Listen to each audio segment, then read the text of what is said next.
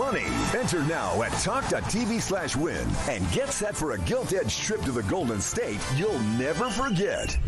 For your chance to win, text TALK to 8338. Text costs £2.50 plus your standard network rate. Or call 0343-418-7260. Lines close 22nd January 2026, 4 p.m. That's when you'll need to answer your phone if it rings. 18 plus, UK residents only. This is a network promotion. Full T's and C's at TalkSport.com. So for your chance to win, text TALK to 8338 now.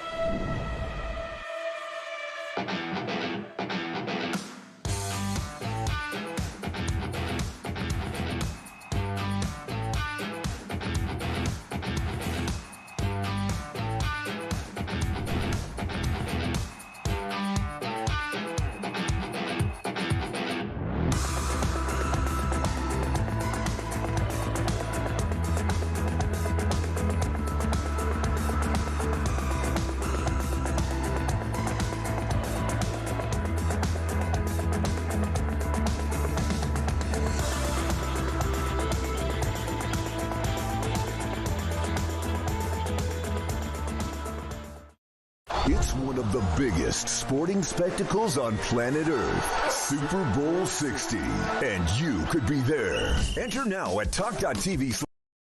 Across the UK, on DAB+, on YouTube, on your mobile, and on your side. This is Talk.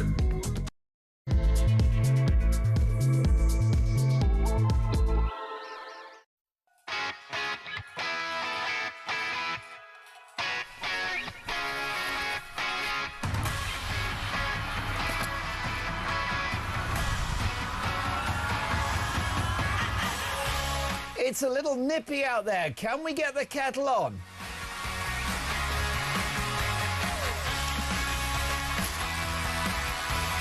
The snow has been replaced with ice and rain. How are things for you weather-wise across the country? You're listening to Talk Breakfast. The time is 3 minutes past 6. It's lovely to have your company. Mark Dolan with you until 10 a.m. So much to get through.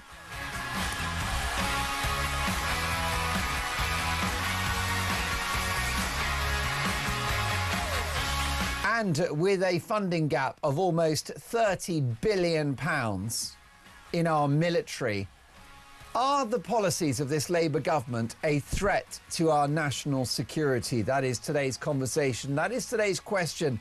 Let me know your thoughts. It's the topic of Dolan's dispatch at 9 a.m. We've got the cult of welfareism, haven't we? We've waged war on alarm clock Britain, waged war on wealth creators who are fleeing the country.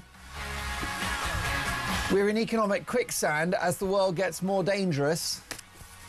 With an enfeebled military, a vast welfare state, a bloated public sector, socialism doesn't work, which in peacetime is inconvenient because you get things like inflation and unemployment and high debt. But in a dangerous world, well, these policies start to look quite existential. So are Labour's policies a threat to our national security? Let me know your thoughts on that. Would you pay more taxes so that Britain is in a stronger position in military terms? 0344 499 1000. Text the word talk and your message to 87222. Drop me a voice note.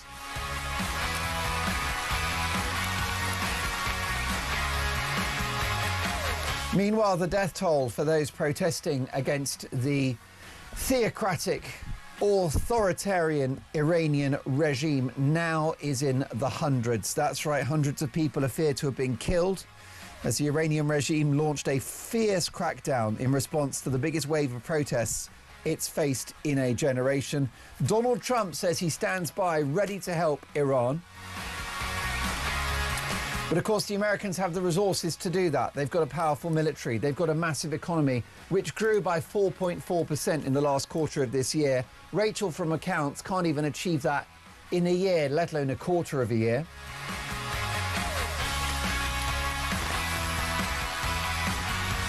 The war on pubs continues, and I'll be joined live on the show by the publican of an outlet, a hostelry, which has been trading for 1,000 years. This is a pub that survived the English Civil War, but may not survive two budgets from Rachel Reeves.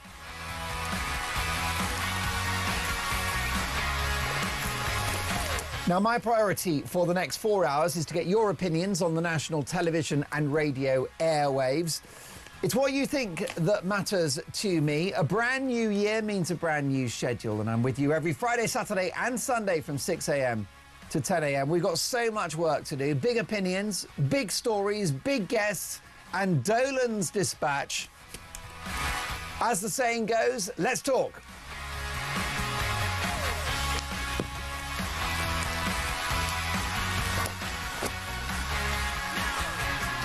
And at 7 minutes past 6, before we bring in my star newspaper reviewer, let's have a look at the front pages.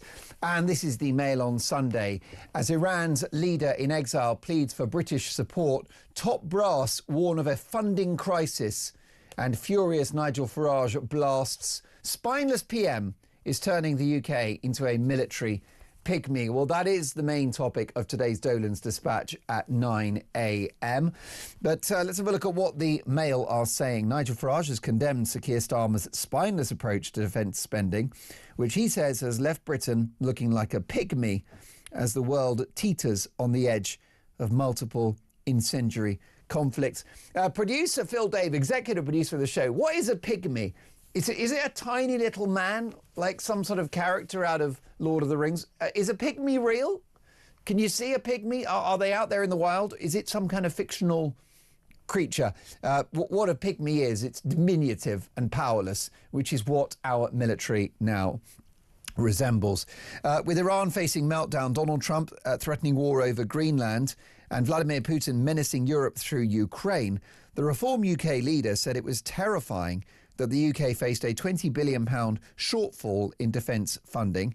Just look what's happening in the world, Farage writes in today's Mail on Sunday. We could soon be embroiled in operations in Iran and are being drawn closer towards conflict with Putin. And yet, thanks to spineless Starmer failing to properly fund our armed forces, we are now military pygmies on the international stage. Well, it is a real worry. Isn't it funny, by the way, Rachel Reeves, who's got to be, correct me if I'm wrong, is she the worst chancellor in the history of this country? Because she finds a black hole everywhere, even when there isn't one. So she wins the election and discovers a black hole. So apparently we're told, right, that Labour were preparing for power 14 years. They've had to sit around on their backsides planning for government. And yet, across the duration of those 14 years, they're not aware of the financial health of the country. So they get into power and apparently there's a, was it £20 billion black hole? It was some enormous black hole, wasn't it? Which was contested. And then a year later, we had another black hole, which I assume was Rachel's black hole. We've got so many black holes, except the black holes that we've actually got, which is in our military spending. Almost 30 billion is what's missing between now and 2030 as the world gets more dangerous. A pygmy is a legendary race of tiny people, often described as fist-sized, associated with Greek mythology. Well, there you go. Well, we are a military pygmy, I've got to say, and it's a real worry. That's the point about this government and its policies. The inflation is terrible because it's a tax on everyone. The debt is terrible because that's mortgaging our future, placing future generations with the cost of our own current profligacy.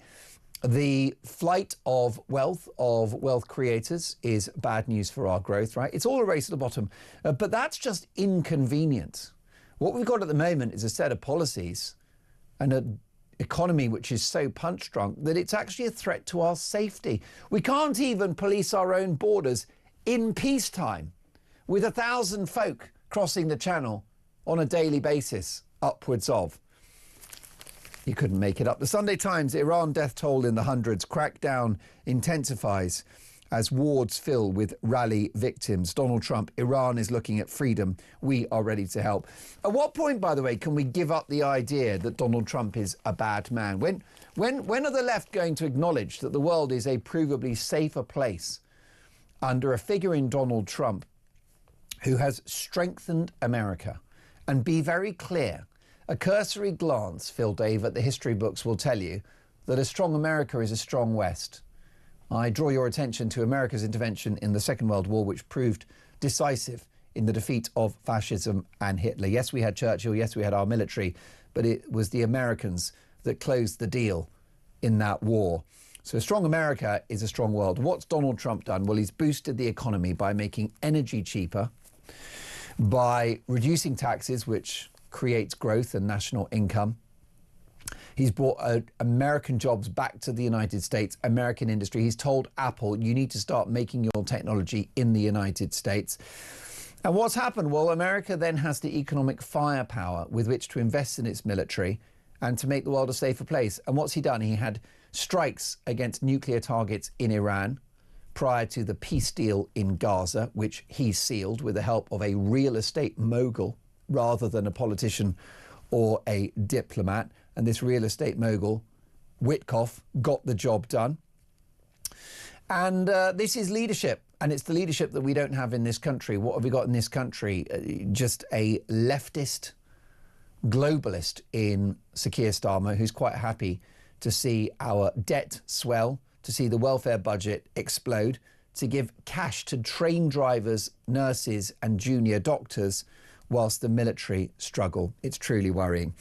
Let's have a look at save juries or face by-election, another interesting story. This is a domestic story and it's part of Labour's civil war over the plan to scrap jury trials. A Labour MP has made an extraordinary attack on Sir Keir Starmer's planned jury reforms, threatening to trigger a by-election unless they're dropped and revealing he was once falsely accused of a crime. Carl Turner, the former Shadow Solicitor General, said he was ashamed of the Prime Minister and David Lammy, the Justice Secretary, and called on them to stop these ludicrous proposals and get on with the hard job of sorting out the criminal justice system. There you go. Well, that is a Labour MP with whom I agree wholeheartedly. COVID rules used in crash mix-up. A teenager who died in a car crash was misidentified by police using a system brought in during the pandemic, sources have claimed. Don't remind me, by the way, of COVID. Do not remind me of our extraordinarily expensive war against a seasonal respiratory virus. Yes, it was nasty. It took too many people from us. But that's another reason why we are so economically destroyed and why we are so militarily vulnerable, because we saw a predominantly mild seasonal virus as a great threat to our existence, ignoring real danger like the Iranian regime, the Russians and the Chinese. That is what danger looks like, folks, not a nasty cold.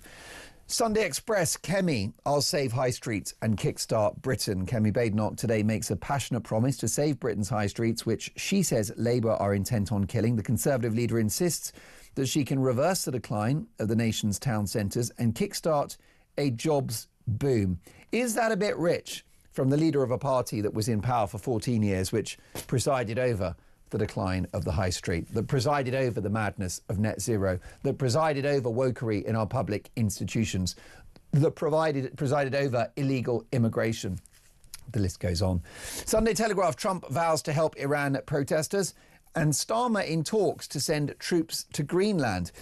Downing Street is in talks with European allies about deploying a military force to Greenland that would guard the Arctic for Donald Trump. Military chiefs are drawing up plans for a possible NATO mission on the island, which the US president has threatened to seize for security reasons. British officials have met with counterparts from countries including Germany and France in recent days to start the preparations. By the way, Western Europe, France, Germany, Italy, they're just as bad as the UK in terms of having retreated from the rest of the world, in terms of having shrunk their military budgets. Europe can't afford to defend itself. That is pathetic. And don't demonise Donald Trump for that. All Donald Trump has done is woken Europe up and made them realise that they've been asleep at the wheel for decades now. They've only got themselves to blame. Police accused of cover-up over threat to Maccabi players. Of course, that's a growing scandal in relation to the banning of Israeli fans, Maccabi Tel Aviv fans, from that match in Birmingham, Aston Villa a few months ago. The Observer, world without rules. We live in a world that's governed by strength, that's governed by force, that's governed by power. This is Stephen Miller, the White House Deputy Chief of Staff. It's a confusing front page. I don't understand what the Observer have done. They've given up front pages. They've just got lots of pictures of people with little words underneath. I don't get it. And I've got a politics degree. I'm not a stupid man. I've had a decent education and I don't understand the front page of the Observer. It's not a headline or anything. It's utter crap. It's utter trash.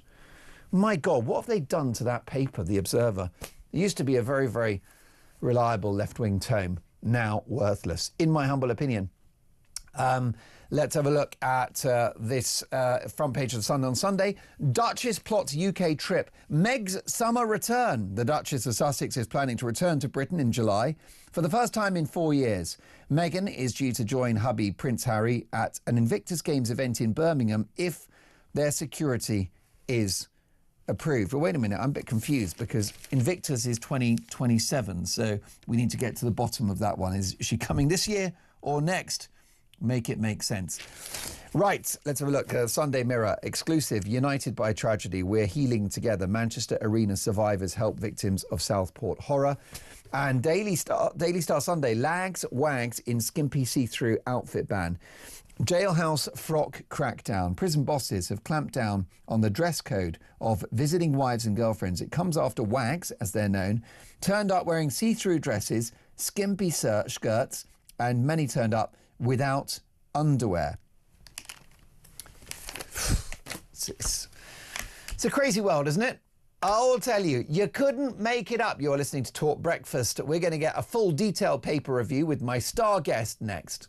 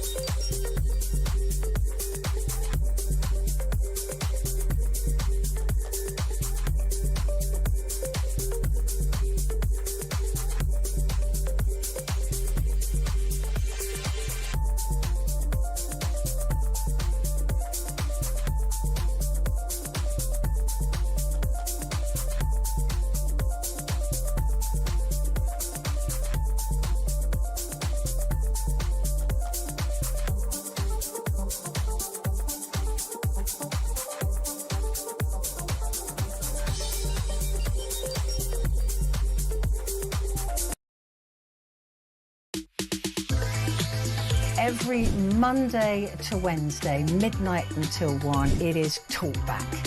such a shortage of housing. You've got landlords, right, have taken that on board, and it's an absolute disgrace. Your stories, your opinions, it is your chance to have your say. So they're literally just being rented out as hotels, basically? Yeah, rent a load of hotels. Well, that has really shone a light for me.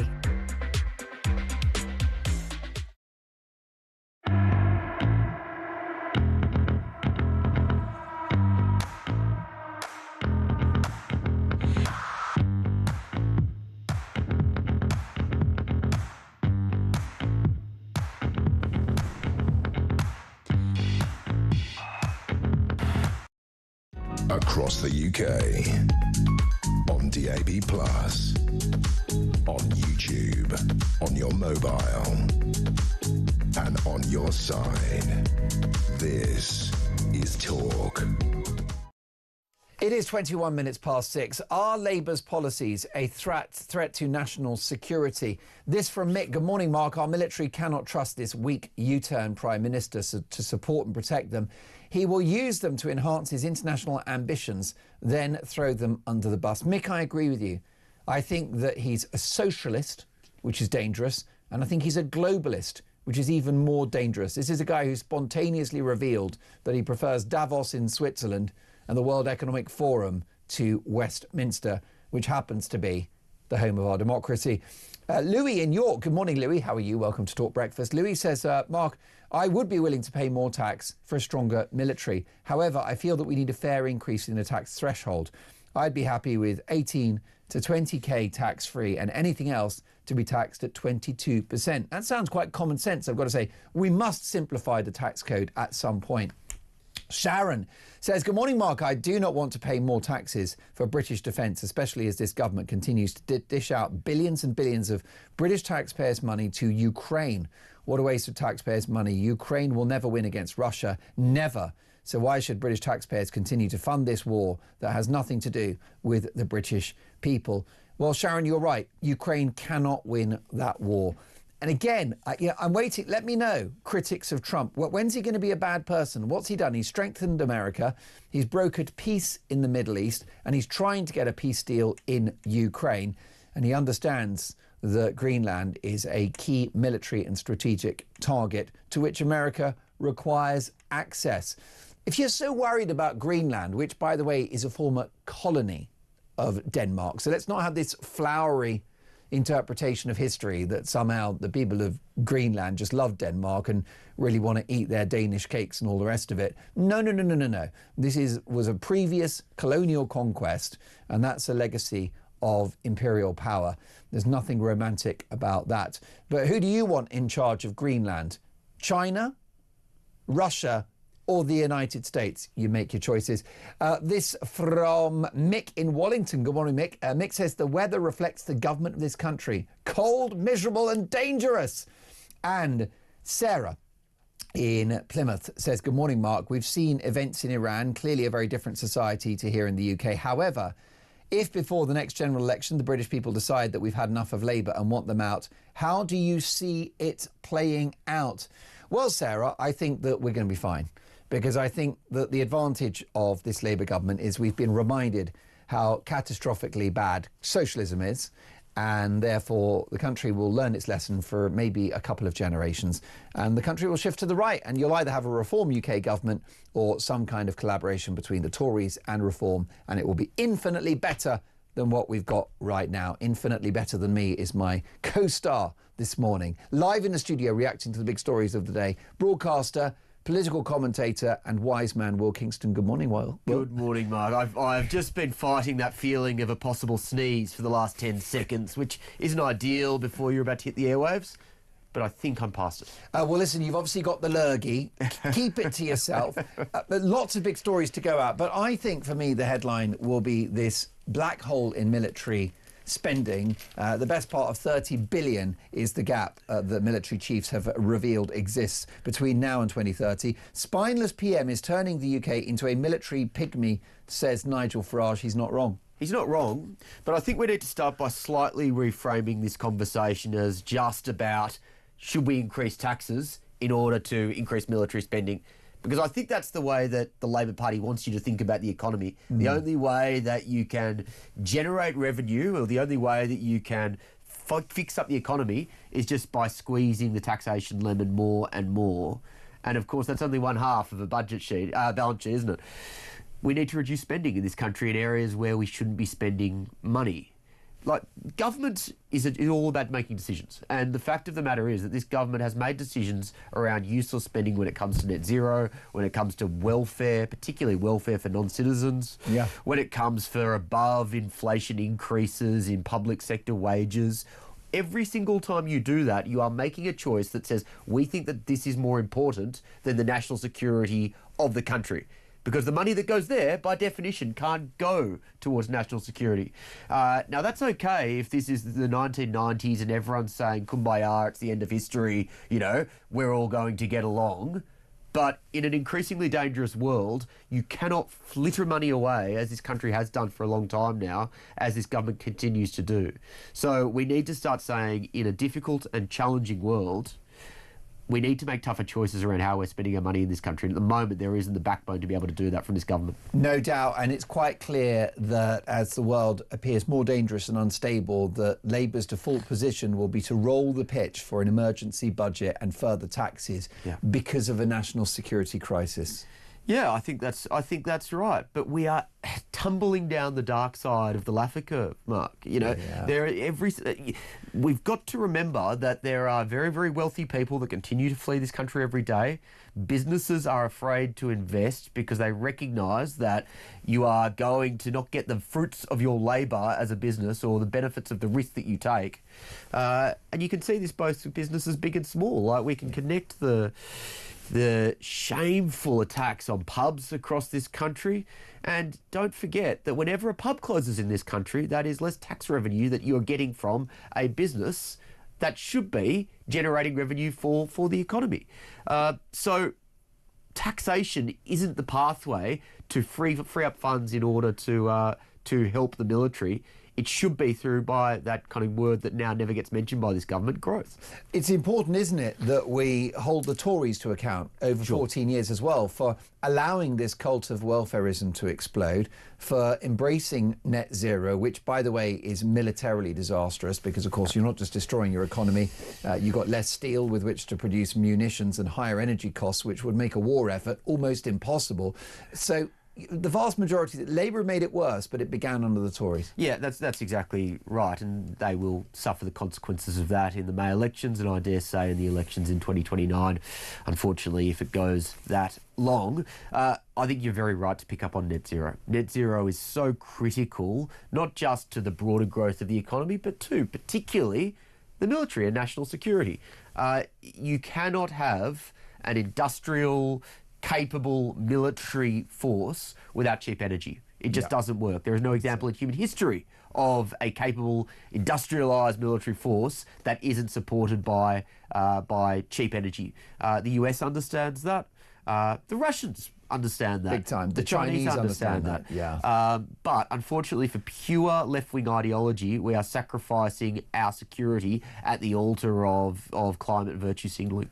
Yeah, we really are. It's a deep concern. And Nigel Farage showing strong leadership on this in the Mail on Sunday.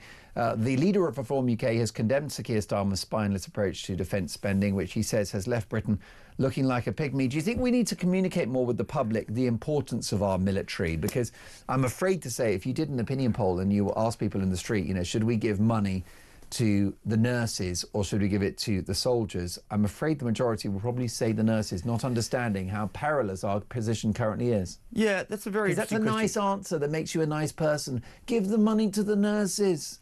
Yeah, I think that's an interesting question. Short answer is yes.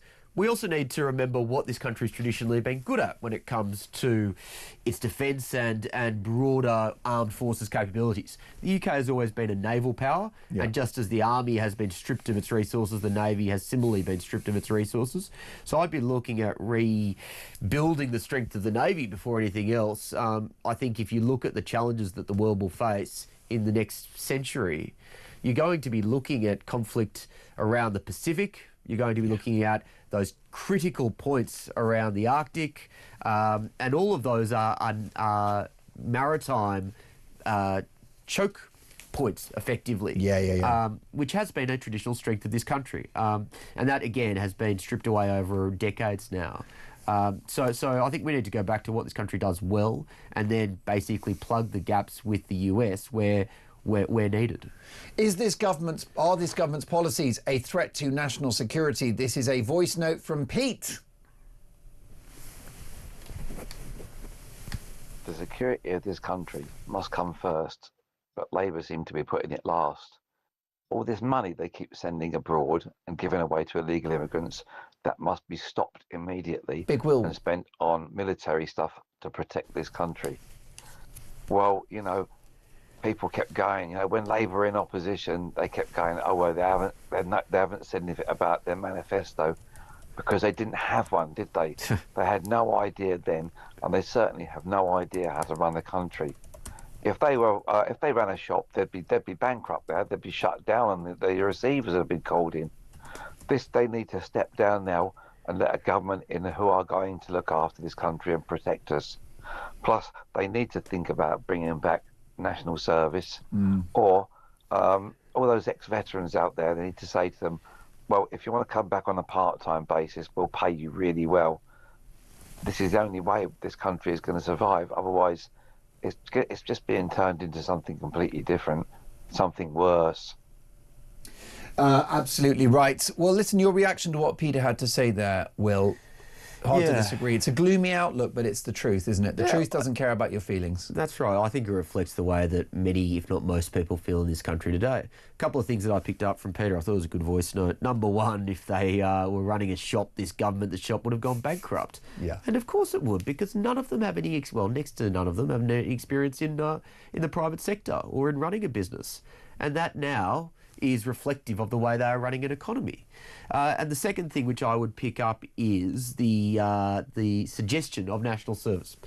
Now, I do question how many people would actually voluntarily sign up to protect this country if it was in dire straits.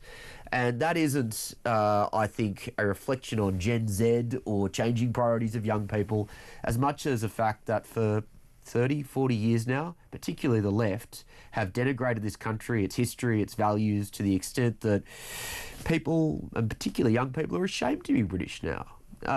And you add into the fact that you have this, historic guilt with a feeling that this government, particularly, but the Conservatives before it, put foreign citizens above their own citizens. And why would you sign up voluntarily to defend the country? And why would you, even if there was some sort of national service scheme, not try to do everything to weasel your way out of it when you go, if this government isn't holding its end of the social contract up, why should I? Yes, and you've got this government at the moment waging war on young boys, considering them to be sort of, Andrew Tate acolytes, especially maybe young white boys who are misogynists and, they've got white privilege, all the rest of it. Those are the same lads who will be sending into the line of fire in the event of a global conflict. Yeah, there's a dark joke that I heard in the US over the last 5 years where the ads that were coming out of the military were suddenly of strong, patriotic, Midwestern white boys going and signing up to fight for the country, and everyone was going, oh no, geez, we must be at imminent threat of attack if they're giving up on the DEI woke ads to join the military, and suddenly they're going back to trying to get the white kids on board. And that's the same thing here. It is unfortunately a reality that these sorts of woke DEI policies have contributed to a crisis in military recruitment. And that crisis continues to this day. So what, you're telling me that the Islamists of East London won't take up arms to fight for this country? Yeah, well, look, I don't hold great hopes, Mark, unfortunately. This is the problem. There are hundreds of thousands of people, and I say this as an immigrant myself, but an immigrant who loves this country. There are too many people that they've let in who despise the country and its values and would be very, very happy to see it be attacked by a foreign adversary. And that is the great threat, the enemy from within. There you go. Well, listen, 6:34, you're listening to Talk Breakfast. Lots more to come on this, more front pages. And today's question, are Labour's policies a threat to our national security. This is Talk Breakfast.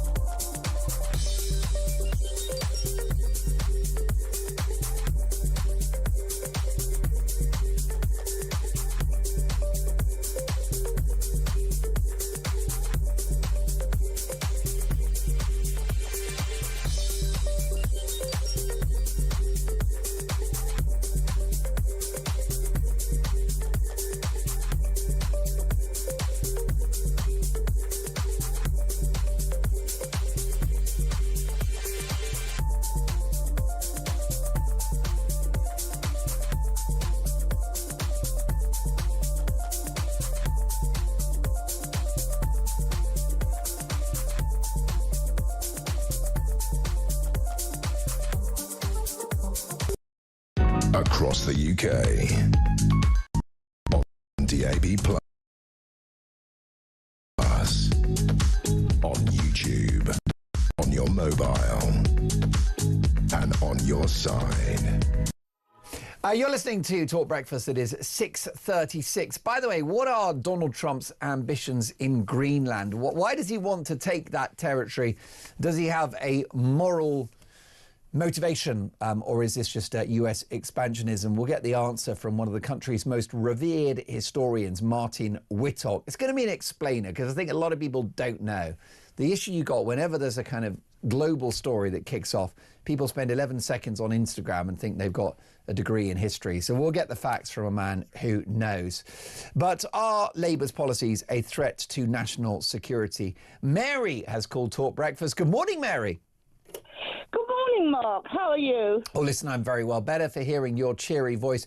I've got to say, though, I've got a little envy, Mary, because it says on my screen you are in Cyprus, and here I am shivering in the capital of the United Kingdom. Oh, well, yes, I understand, but for us, it's quite cold here as well. Is it? Well, like sort of 15 degrees or something? Yes. Yeah. You're living the dream. There's no snow or ice. Oh, we've got lots of snow in the Troodos Mountains at the moment, yeah. Nice. Well, listen, there you are, Mary, looking from afar. What do you make of how enfeebled Britain's military now looks? Well, I'm an old lady, so I'm quite easily confused. But last week, the stupid Prime Minister signed something with Macron to say that they were going to send troops to Ukraine for some reason. Yeah. And now the stupid man's talking about sending troops to Greenland as well. Where are they all coming from? And if we have that many, why aren't they guarding our boundaries? Well, you're right about that. Mary, stay with me. Will Kingston, it's a good point. We're going to go and defend the world, but we can't have a couple of customs officials at Dover. Yeah, it's a fantastic point, Mary. I think as a matter of principle, you should not be using your armed forces to protect the borders and territorial integrity of another country when you cannot protect the territorial borders of your own country. Now, there are plenty of ways that the Navy could be incredibly useful in the English Channel as a way to stop the invasion of foreign illegal migrants from entering this country. And I've heard every excuse under the sun from, well, no, the Navy isn't really used for that purpose, to the particular nature of naval vessels means that they can't pick up dinghies. And I'm sure, I'm sure we could work out a solution to that administrative conundrum. It is really just goes to show that I think that Keir Starmer and the Labor government more generally cares more about a European or global agenda and the international rules-based order, cliche, as opposed to this country. And it's really depressing. Well, it is, Mary. How do you see this playing out? Well, I think the only way it's going to come to any satisfactory conclusion is when there is an election and the so-called leader that we have at the moment is left. Yeah. We've got somebody with a higher IQ coming to sort the country out. But I'm sitting from afar watching my country go down the drain. Well, I'm afraid you are, and I wish I could contradict you, Mary, but I can't. And I've been reflecting on the issues facing this country in the last 24 hours. And my focus, Mary, has been on the economy ever since I came back to talk, because we've inherited a complete mess from the Tories. It's got worse under Labour, extraordinary levels of debt. We've got the cult of welfarism, 10 million people, Mary, are not active in the economy. And, you know, what I'm reflecting on, Mary, is that a weak economy isn't just bad news because, you know, you go to the shops and it costs a fortune to buy butter or eggs or yogurt or a pint of milk. It's not just the fact that the pound in your pocket is worth less. It's not just the fact that you're terrified to switch on your radiator or fill your car with petrol. This is now existential, Mary. It's even more serious than financial pain. This is about our survival. Well, quite. I mean, to be honest, I mean, I never thought that I'd say this really, but I'm very glad we don't live there anymore. I feel sorry for. I have a son who lives in England, but I've got one who lives here. I mean, I just don't know how people are managing financially just to live. Most definitely. And I'll tell you something that's irritating me at the moment, Mary and Will, which is that I have many left voices on this show who I welcome. And of course, a couple of times a day, they're right, a bit like a broken clock. But the bottom line, Mary, is they always say to me that, the debt isn't a problem, that actually you cannot compare household debt, right, your bills, Mary, my bills, Will's, with how a government handles its debt. Well, I disagree with that, Mary, because people understand that if the cost of servicing your debt is £100 billion a year, which is 2 government departments, right? It's about twice the defence budget. That is the same as the household. And that what this government are doing, Mary, is the equivalent of living off the credit card. And that credit card has been maxed out. Yeah. Yes, and when that happens... when you've maxed your card out, how do you go to the shop and just buy basic food for your family and your children? I mean, it's impossible. Well, Mary, I totally agree with you. I mean, I would quite like, if we had a Greece situation, Will, in a way, it worked out brilliantly for Greece, because what they did is they were on a path that we're currently on, which was unsustainable sovereign debt. It all fell over. The international bond traders stopped trusting Greece. They defaulted on their debt. Yeah. And so technocrats took over, right? A bunch of economists, no politicians, no one left-wing or right-wing, just people with a calculator, right? And they said, OK, well, what we're going to do is we're going to have 25% cuts to every department. The pensions are going to be slashed. Let me tell you, Greece are flying at the moment. Yeah. Right? Now, it looked like Greece was gone for a couple of generations. No, they have the tough economic love that this country craves. Well, that's the point, is that we're going to need to slash spending one way or the other. It'll either come out of necessity after an economic crisis, or you do it now before the crisis takes place. And it's much better if you can do it beforehand. It's like a distressed business, right? Well, you know about business and entrepreneurialism. You can either wait for the receivers to come in or cut a deal with your lenders. Yeah, and unfortunately, I think now it's almost inevitable that there will be an economic crisis of some shape or form in this country. The one difference between household debt and government debt is that if you're a household, you don't have the ability to be able to just print more money in the short term. And that's what successive governments, in fairness, have done in this country and in the US as well, although the US has the benefit of being the world reserve currency. And what happens when you print more money? You get inflation. Which is a tax on everyone. Which is a tax on everyone, which again you have seen in this country. So unfortunately, that is where we are at, because it is easier in the short term to print more money than to make tough choices around spending cuts. Mary, I would ask you, if we still have you there, it is... Mary's just got... can I tell you where Mary is now? She's just having a swim in the pool. Well, I don't begrudge her that. She's in Cyprus. She's, by the way, she's nobody's fool leaving this country. No. Did you see that Fraser Nelson article about how immigration is coming down? Well, I mean, very debatable. First of all, if it is, I'm absolutely delighted.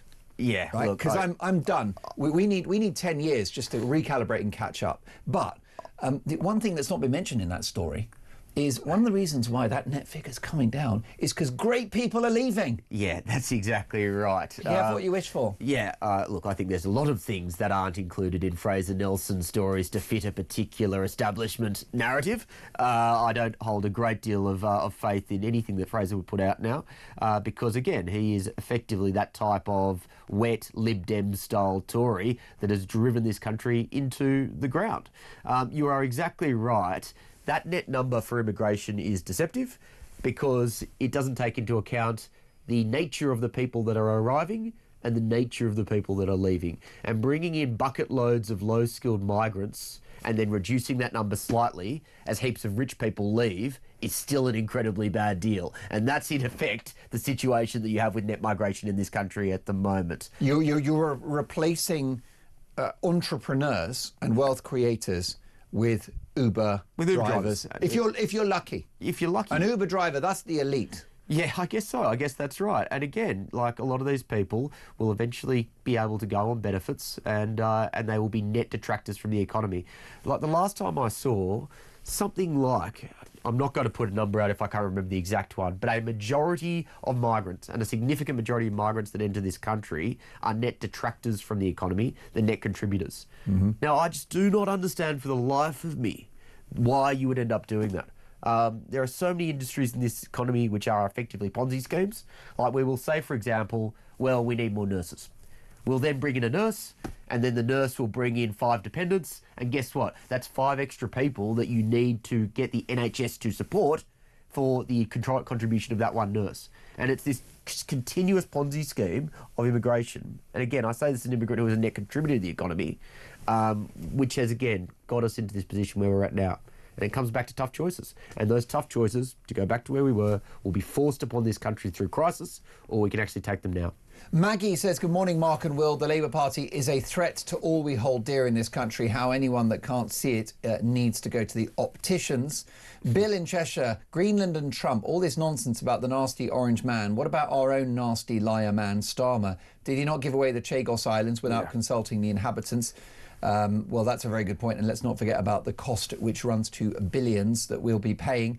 David says, Mark, you're right about the economy. Immigration is a big problem, but the debt is the massive problem. The UK credit card will get maxed out soon and we will default. How will Labour spin it to try and stay in power? Dave in Worcester. Well, I agree with you there. And that's my other big worry, Will, is that actually this Labour government would love an economic crisis because it would allow them to roll out full, unadulterated socialism. There would be an emergency budget. It wouldn't involve a shrinking of departmental investment, would it? It would be more taxes.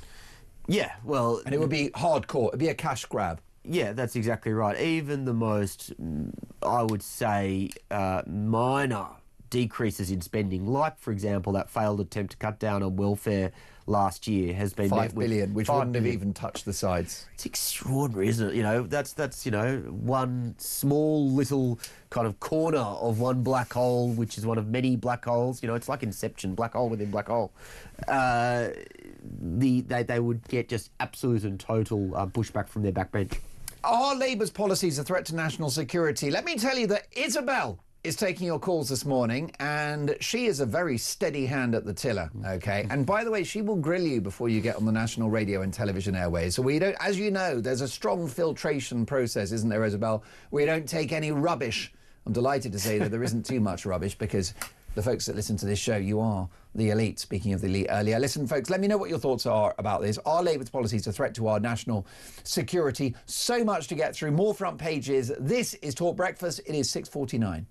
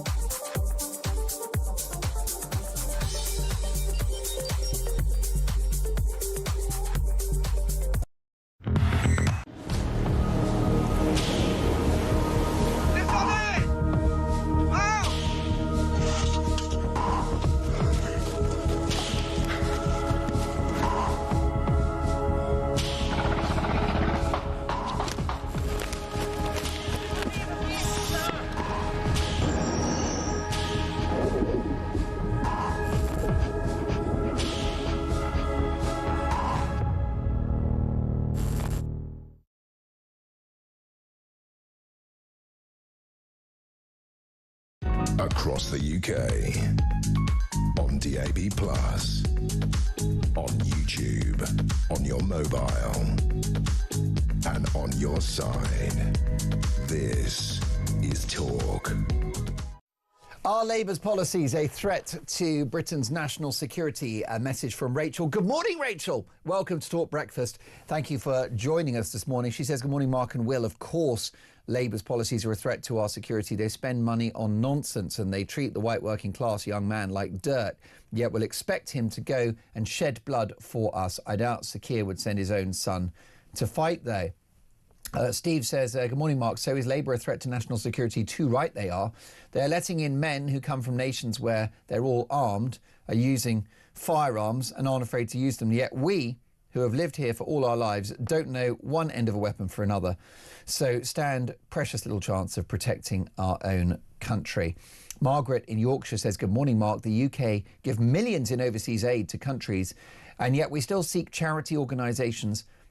We still see charity organisations asking for support for water aid, medical treatment and food. It makes you wonder where the overseas aid money ends up. We should leave it to individuals to support a charity of their choice, and government money should be spent in the UK. Well, I've had a thought about foreign aid, actually, Will Kingston, and I wonder whether we scrap it all together.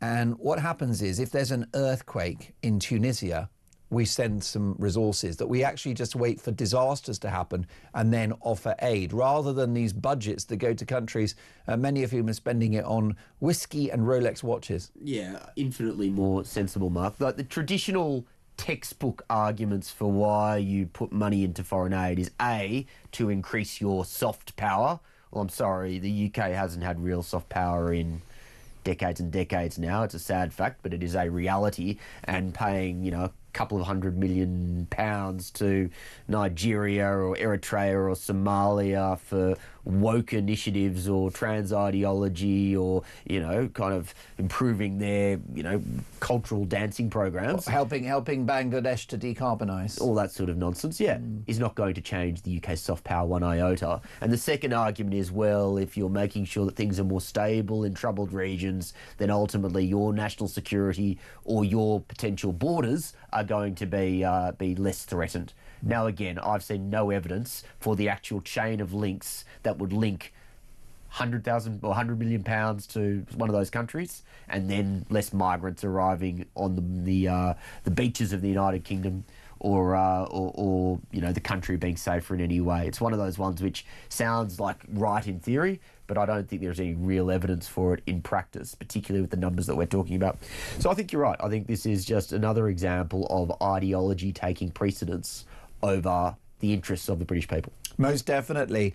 What about this row between the richest man in the world, Elon Musk, owner of SpaceX, Tesla, and most notoriously X, the social media platform, and the British government, who are considering banning X because of AI software on the app which allows you to undress a famous woman? What's your take on this story? Yeah, not just famous women. If you upload a photo of anyone, it can create a digital representation of someone's body, which either in a state of undress or naked.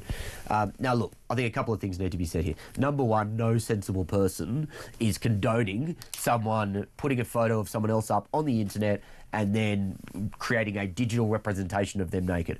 Yeah. Absolutely no one. That is something which is morally abhorrent. It should be condemned, and it should be legally prosecuted under existing legislation. All of that being said, this is not about that. In the Telegraph today, we're just hearing now, it's the latest in this growing story, that the United Kingdom is working with Canada and Australia. And for people who don't know about the Canadian and Australian governments particularly well, basically just think about this awful Labor government, and they're pretty much the same in Canada and Australia. Yep. They're working on a coordinated attempt to ban X across those countries. They think if they do it in concert together, it will send a powerful message, and it will probably validate the decision of the UK if they say, well, it's okay because Canada and Australia are doing it as well. This is not about the safety and security of young girls or women or anyone.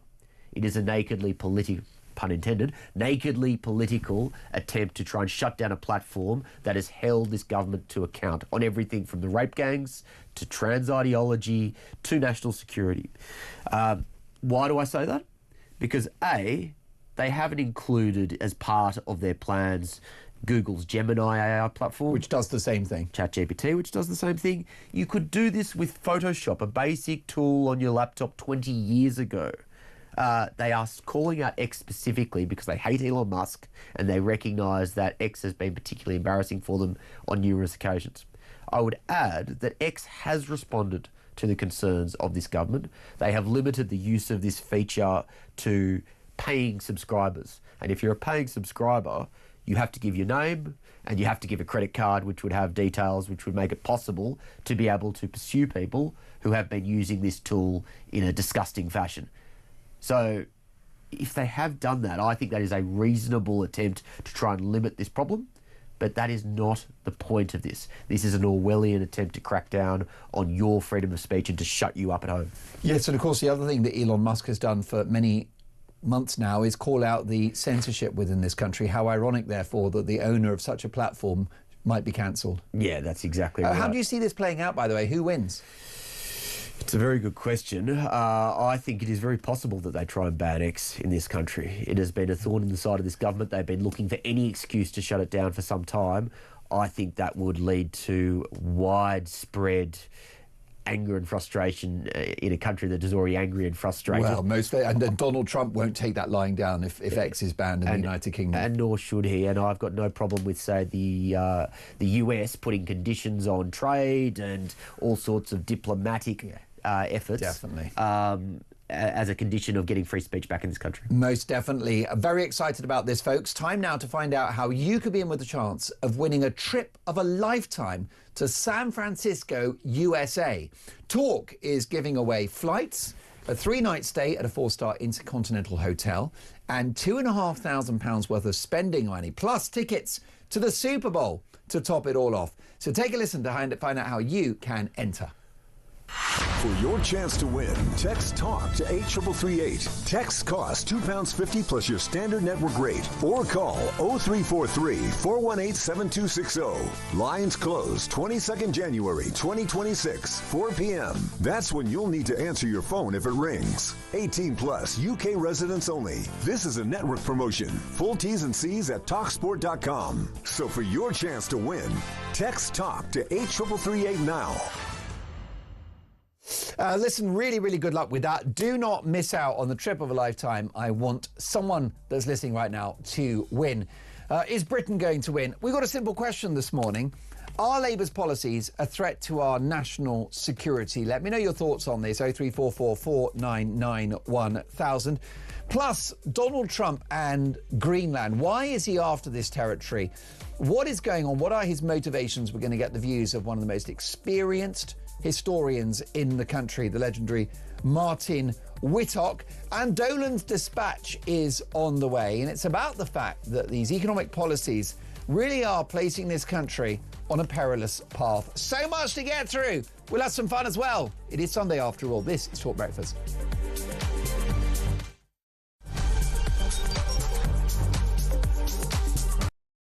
It's one of the biggest sporting spectacles on planet Earth, Super Bowl 60, and you could be there. Enter now at talk.tv/win for the chance to score a fantastic 4-day trip for 2 to the City by the Bay, San Francisco, including tickets to Super Bowl 60 and $2.5 grand in cold hard cash. It's Hail Marys and money. Enter now at talk.tv/win and get set for a gilt-edged trip to the Golden State you'll never forget.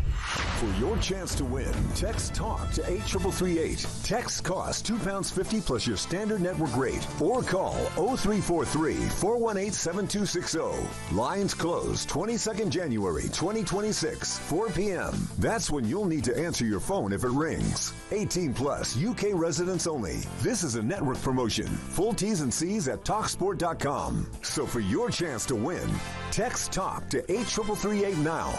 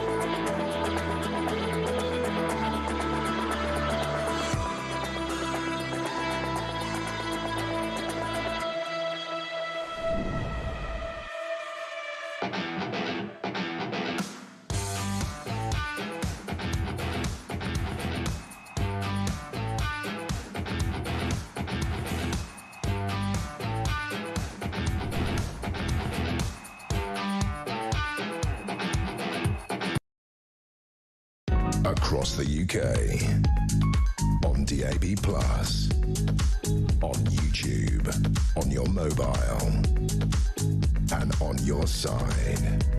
This is Talk.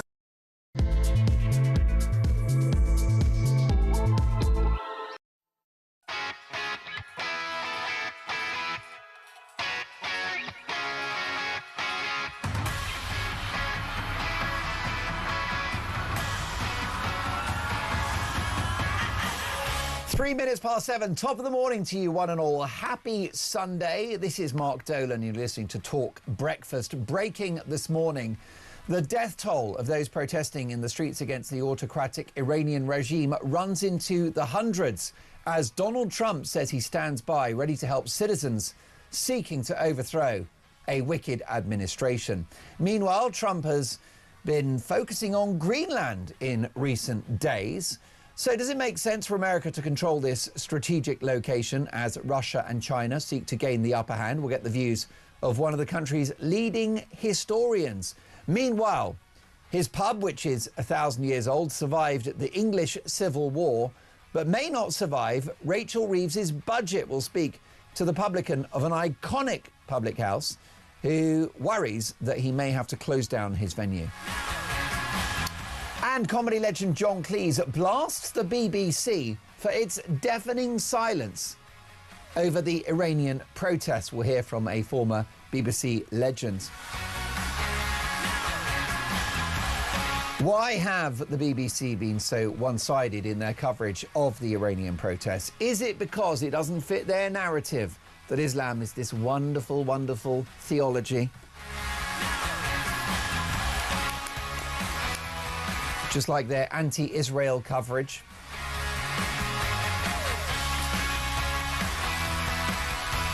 Now, my priority for the next 3 hours is to get your opinions on the national radio and television airwaves. My phone number is 03444991000. Isabel is taking your calls. You can text the word talk and your message to 87222, or leave us a voice note. We love a voice note. Lots of you are very busy. You might be at the tail end of a shift from work on your way home. You might be slumbering in your bed, half awake with a coffee coursing its way through your veins. But whatever you're up to, we'd love to hear your thoughts. And we'll kick off with a flick through today's front pages, and we'll start with the Sunday Telegraph. Donald Trump vows to help Iran protesters. Donald Trump, the US president, said he's ready to help Iranians protesting against the regime as his administration began discussing how to carry out a military strike on the country. US government officials have discussed how to carry out an attack on the regime and are considering striking multiple Iranian military targets. This according to the Wall Street Journal. Former Pentagon officials have told the Telegraph that Donald Trump could also authorize covert CIA operations to destabilize Tehran or give the green light to Israel to launch its own attacks on the regime. We've got the Mail on Sunday, and spineless PM is turning the UK into a military pygmy, says Nigel Farage. The Reform UK leader has condemned Sir Keir Starmer's spineless approach to defence spending, which he says has left Britain looking like a pygmy as the world teeters on the edge of multiple incendiary conflicts.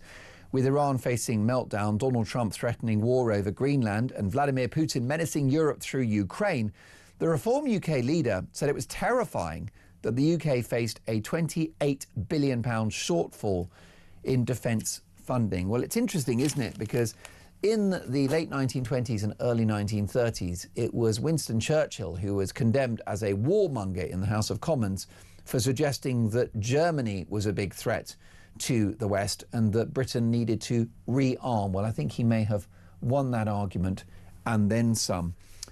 Sun on Sunday, Meg's summer return. The Duchess of Sussex, Meghan Markle, is planning to return to Britain in July for the first time in 4 years. Meghan is due to join hubby Prince Harry at an Invictus Games event in Birmingham if their security is approved. But will she be welcomed with open arms? Sunday Express, Kemi, I will save the high streets and kickstart Britain.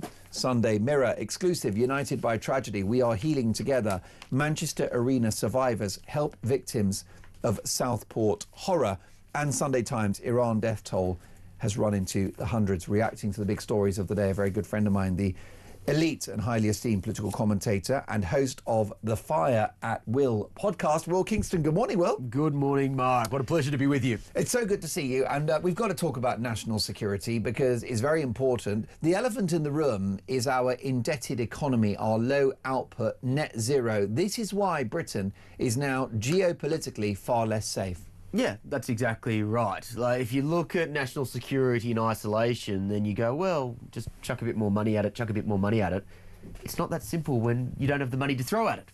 Now, why don't we have the money to throw at it? Well, it is because that the government and the previous government has made very deliberate choices that say there are these ideological matters that are more important than the security of the country.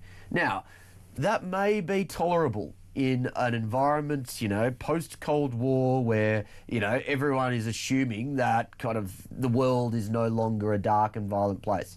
But unfortunately, human nature doesn't change, and we are learning after Ukraine. We are learning with the build-up of military capabilities in China. We are learning with all of the unease in the Middle East and problems in Africa that the world is still a very, very dangerous place, and the UK is not at the moment equipped to be able to respond to those threats. Yeah, the bloated, overly generous welfare state is simply not fit for purpose in a dangerous, ever-changing world. No, so every single time that you choose to allocate money to welfare or to net zero or to, take your pick of all of the different boondoggles that this government chooses to put money into. Pay rises for train drivers who are on 70 grand a year. Yeah, above inflation pay rises in the public sector. Junior doctors whose starting salary is 35k, going up to upwards of 80 if they do overtime. Exactly right. The list goes on. But apparently they're poor. Yeah, Make it make sense. But the thing is, each of those is a conscious choice to put money there and to not put money in submarines or missiles or in recruiting for the army or the navy.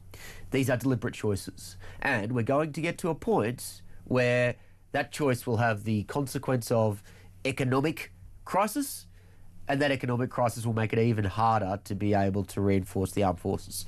So we can either make tough choices now or be forced into tough choices by crisis involuntarily. And I fear it's the latter which is approaching. Well, what I think, Will, and correct me if I'm wrong, I bow to your knowledge, but I think what we actually need is a different country. Well, what they need to do with Britain is switch it off and turn it on again. Right? A complete reboot. And the reboot that I would characterise it as looking like would be a low debt, business-friendly, high-growth economy with a small state, a welfare state which is there as a safety net, not a lifestyle choice, cheap energy, sustainable in the long term, which will be a mix of fossil and renewable, plus nuclear playing a starring role, and a country that lives within its means, and a country with a massive, massive military budget. That is my image of the country of the future if we're going to survive. Is it realistic? Is it wrong? If I had what have they put in my tea this morning? What do you think? Well, I just had a warm and fuzzy feeling of comfort as you described what a functioning country should look like, Mark, but unfortunately we are a long way away from that. I'd be comfortable. What have we got? 2 and a bit % welfare spending. I'd be comfortable in the long term with 5%. Yeah. Look, two things need to change in order to get to that point. Number one, you need to actually have a conversation with the country to say that, sorry, the good times can't keep rolling forever in terms of just throwing away money to anyone and everyone. The role of government should be limited. And it should be limited to the fundamentals of protecting the border and also having a strong national defence and then a safety net for the people who really need it, not for fatties sitting on the couch who claim to be anxious. Or foreign citizens who have come into the country who are now just milking the treasury out of more benefits money. So we need to be able to say to people, it is unrealistic the amount of money which has gone towards welfare specifically over the last 20 or 30 years. It has to be pulled back. Now, you know as well as I do, as a holder of a politics degree, that it is very, very difficult once you start giving people something to take it away. It's a very difficult thing to do politically, but it's going to need to be done. The second thing that needs to happen is that in order for, say, a future reform government, for example, to be able to get any of the measures through that would lead to a smaller state or would lead to the type of country that you so beautifully envisioned, you'd need to be able to push it through the administrative state that has built up in the UK, and you'd need to be able to pull back all of the different entangled legal frameworks that have so captured the judiciary and made it almost impossible to make change happen in this country as well. So that is the great fear, is that even if, say, we do get a reform government that actually has a vision for the UK, which is similar to what you just laid out, will they just run into that same blob in Whitehall and the same legal protections and restrictions that have stopped change from happening in this country for effectively 30 years now? Most definitely. And I suspect that if Reform are the party to reset this country, they're going to need a big majority and they're going to need a decade. Yeah. And those are two big ifs, aren't they? They are, and I still think the most likely outcome is a coalition government of some type coming up, whether it is a coalition Reform Conservative government, or, and heaven forbid, it is a Frankenstein coalition of everyone else basically trying to bind together to stop reform, well, particularly the Lib Dems, Labor and the Greens. If we face a military and economic crisis, which I think we're actually in the grip of as we speak, I don't think definitely it's an economic crisis and then the threat of that's crisis. it. I think that's a good way of putting it. Given that is the case, if there's a rainbow coalition in presiding over the country in 2 or 3 years' time, well, then that will be license for full socialism, because that will be their default move, won't it? Yeah, it will, socialism and stagnation, because if you think about, say, if we were to have, and I don't want to scare listeners at this very early time of the morning and to start your Sunday off on the wrong foot, but we saw tactical voting in those recent Welsh by-elections where everyone effectively, particularly Labor and the Lib Dems, effectively kind of involved all sorts of political chicanery to try and stop reform from getting in. They are going to do that on steroids in 2029. Lib Dems, Labor and the Greens are going to be working together behind the scenes. Plus the SNP, of course. Plus the SNP, in order to ensure that they put all their resources strategically into the areas that are needed to stop reform from getting in. Like I think Starmer said 6 months ago, perhaps, I could tolerate a future Conservative government, but I could never allow a reform government to get in. They're doing what they said they would do to Trump. Basically, they're painting them as an existential threat, and therefore anything is on the table to stop Nigel Farage from getting in. And we've got to be very, very conscious of that, and reform has to be, or else we are going to get one of those awful coalition left-wing governments. And do you think that the public need to be re-educated about the importance of our military? I mean, I find it shocking that we have to. We're only just a couple of months having had Remembrance Weekend, understanding that Western values and our freedoms were tested in 2 world wars, but people have short memories, don't they? History repeats itself. Do we need to educate the public into the importance of our military? Because, as I mentioned to you earlier, if you did an opinion poll and said, do we give the money to nurses or have more soldiers, most people would say nurses, which is a lovely sentiment and dangerously wrong. It is, but I would also add, I think when we think about the threats in this increasingly dangerous world, we keep talking about Russia, Russia, Russia.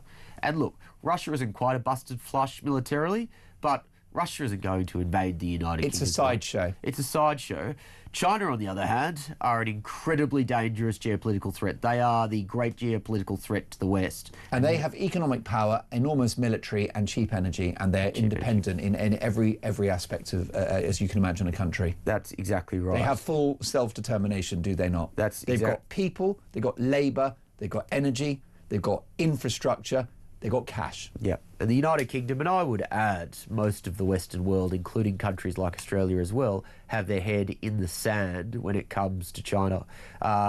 If you were to have some sort of conflict, potentially with Taiwan as a catalyst, that is the existential threat, not just for the world security, but in terms of the world economy that we're not talking enough about. Now, at the end of last year, a leaked Pentagon report came out that said that China will be ready to take Taiwan by brute force by 2027. That's long been the year that Xi has told his armed forces to be ready to take Taiwan. Many very intelligent military analysts have said that an economic blockade of Taiwan is more likely. we are now hearing more boisterous rhetoric coming out from behind the scenes that says that no, if necessary, China may very well put boots on the ground in order to take Taiwan. If that was to happen, and the UK is not prepared to have a military or an armed forces more generally that could support the US in whatever the flow-on effects from that are, the economic and security implications of that would be catastrophic. Most definitely. I think that if China takes Taiwan, that's the beginning of the end of the free world. Deeply disturbing. In the 80s and 90s, we talked about China overtaking America as the global predominant economic superpower. Who cares about that? Militarily, strategically, territorially, China could be unstoppable. Wake up and smell the coffee, folks. Briefly, before we let you go, Donald Trump, has he been a naughty boy about Greenland? Has he proved his critics right that he's an expansionist dictator, that he's Hitler 2.0? No, he hasn't. This is Trump being Trump. I don't think he will put boots on the ground. Is it hard for his supporters to swallow this messaging from the White House that I want to take Greenland? It all depends on whether they can successfully tie Greenland and Venezuela, for example, to American security. Now, I think it is within the West's interests for America to either have a very stronger presence in Greenland or just to take control of Greenland because of the increasing influence of China and Russia on the natural resources of that area, as well as its strategic importance as a chokehold point for submarines going through there and accessing North America, as well as Europe. So Denmark have proved themselves, they're a small country, and Europe is a busted flush militarily. They are not capable of providing the defence for the West that is needed. I don't endorse, the US putting boots on the ground to try and take a NATO ally's territory, but I don't think we'll get to that point. But do I think it would be in our interests for the US ultimately to have control over that part of the world?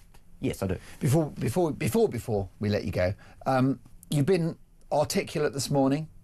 You've been dropping truth bombs. You've been fearless. You've been right, in my opinion. I've only got one criticism. There's a lot less of you at the moment. What's going on? A combination You've shrunk. A combination of a few weeks off the grog, as well as the fat jabs and back in the gym. You are turning into an Australian James Bond. You're looking chiselled. Well, you're angular. I've still got about 10 kilos still to go, I would say, to get back to my playing weight. I didn't want to, be too impertinent to ask you, but you mentioned before Christmas that you were going to try one of those jabs. Yeah. And has it worked? Well, it obviously looks like it's worked, but, have you got symptoms? No, I don't. Look, they do work. People have different views on this, and, each to their own, but they definitely make you less hungry. The risk of using them, I think, is when you go off them, then you just start porking out again. So as long as you use them as a reset and then to get back into healthier habits, I think they're a fantastic thing. And I think the one thing which isn't being talked enough about with these fat jabs like Mounjaro and Ozempic is that you're getting reports, and I've noticed this, of people who are less inclined to drink on them. Some people have reported, chronic gamblers have reported start taking these jabs and they're less likely to use a fruit machine. Wow. So they will, I think, tinker with these medications and they will end up not just being used to treat obesity, but all manner of different types of addictions. They could very well be one of the great medical advancements of the 21st century, and I think we're only at the starting point of what we will see from them. Would you care to tell us which one you're on? Because it's my understanding that some people struggle with some of them and not with others. The one I'm on is Mounjaro. I've heard good things about Mounjaro. Yeah, it works well. I notice in the US they've just got regulatory approval to start using this in pill form. Now, again, I stress, if you just use these things and then you go to McDonald's as soon as you get off them, it's not going to work. It needs to be in conjunction with healthy lifestyle. Yeah.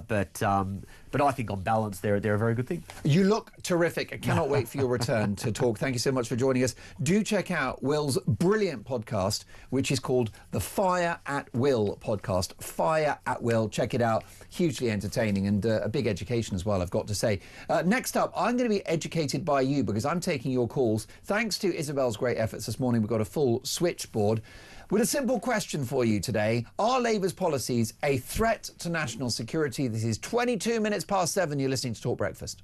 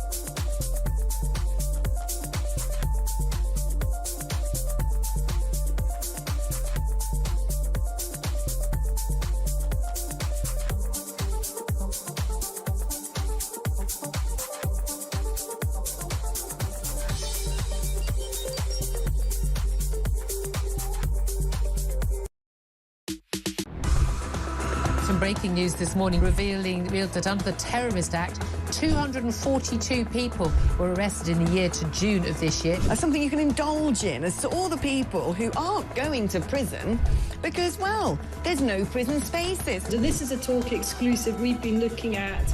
I said, you take these cuffs off me and speak to me like a human being rather than a common criminal.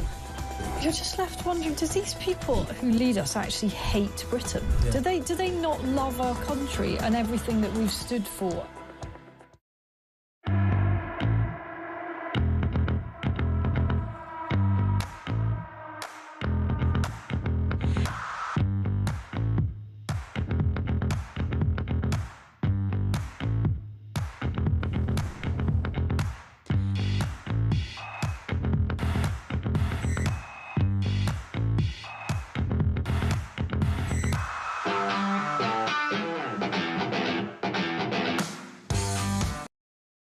Across the UK, on DAB+, on YouTube, on your mobile, and on your side. This is Talk. What about this question for you this morning? Are Labour's policies a threat to national security? Richie in Sussex, the biggest threats to Britain are net zero, Islamism and China. Dave says, good morning, Mark. Please spare a thought today. All these lefties waking up this afternoon not knowing who they're protesting for. Either Palestinians, Iranians or Venezuelans. But not to worry, we still have breakfast clubs. What a brilliant text. John is in Newcastle. Top of the morning, John. And you, so basically what I'd like to get at is the fact that we're told definitely that 22 Labour councils are not going to put themselves up for re-election. This is an absolute disgrace to democracy itself. I was born and bred Labour, and that is an absolute disgrace, though, that they're frightened to go to the public for an answer there. In relation to people on housing waiting lists, we know we have thousands of young people wanting a council property but can't get one. And yet we've got illegal immigrants, thousands of them who can't even speak the English language, being put into properties already, which is another disgrace. I'm ashamed of this country. I cannot believe that we're going down the hill that fast. It is such a worry, isn't it? And we've got an assault on our democracy, an assault on free speech with the threat by this British government of actually banning X from this country. And then, of course, we've got no military either, John. We're in a dark place, aren't we? Yes, I've never known it in my decades gone by of it being in such a worse state. I thought that the Tories, to me, of course, they've made a farce of things too. But before that, when Labour was in before that, and I was born and bred Labour, as I said, they left a letter saying there's nothing left in the bank. Well, there's nothing left in the bank because all the money has went out of the country. As we know, millionaires by the hundreds have left the country. Even billionaires have left the country. So that doesn't help. And when they put taxes up and to help to put things right a little, well, it's making it worse. Mr. Starmer said the other day, I'm going to bring prices down. And what happens? Gas and electric are up the day before it happened. Gas and electric prices went up. So you cannot believe these people. John, you get it. Yeah. My viewers and listeners get it. The government don't get it. He said he's going to help. The Prime Minister, John, said he's going to help Brits with the cost of living crisis, except that he's got policies which are inflationary. Make it make sense. Exactly. Oh, no, I've got no time for this government at the present time, as I had none for the last time. And I've got no other choice but to now vote for reform, because they give away a choice. They give away a possibility of a future that might have been the case in this country, that should be the case in this country. We're losing our identity, and that's another thing. We are. Well, what do you mean by that, John, when you say we're losing our identity? Well, this country was made up of Anglo-Saxon, Celt and Norman. And, of course, that's went by the board for many a decade now. And it's just getting worse. We're being outnumbered. And that's what I do believe. We've got second-class citizens here. Second-class citizens, where people, if you come across on a dinghy, you get a hotel, as you well know, £38 spending when your week it was. They'll be warm today going back to their hotel rooms. A great many British are not. A great many British are having to cut back because of the gas and electric prices, for instance, and the other things that occur. John, you're an articulate man. I'm so grateful for your call. Please call me again soon. David is in Gloucester. David, is it a little chilly this morning in Gloucester? Oh, very much so. It's absolutely freezing, but it was freezing last night when we came back from the pub, but hey-ho. Did you make it? You didn't slip over on the ice, did you, after a few Stellas? No, my wife was guiding me very nicely, so we were all okay. Oh, glad that. Well, she probably kept you on the straight and narrow. I'm sure she always does. David, are Labour's policies a threat to our national security? Oh, absolutely. I mean, cutting back on military spending when we should be spending it, but the Tories were just as bad. There was some Tory bloke on there the other day, I think he was on with Jeremy going, oh, I was the procurement minister. I thought, you should be ashamed of yourself. What you did with the Ajax was a disgrace. It was an overspent, over-budget waste of space. Everybody knows it was a complete, bad job. Yeah. It was so badly built. It was, the soldiers couldn't use it. It was unreliable. It was terrible. Well, totally terrible. And that's the thing. The issue you've got with the economy, David, it makes life very painful for my viewers and listeners. You've got inflation, which is a tax on everyone. You've got the national debt, which burdens future generations. You've got low growth. You've got unemployment, which is a great social ill.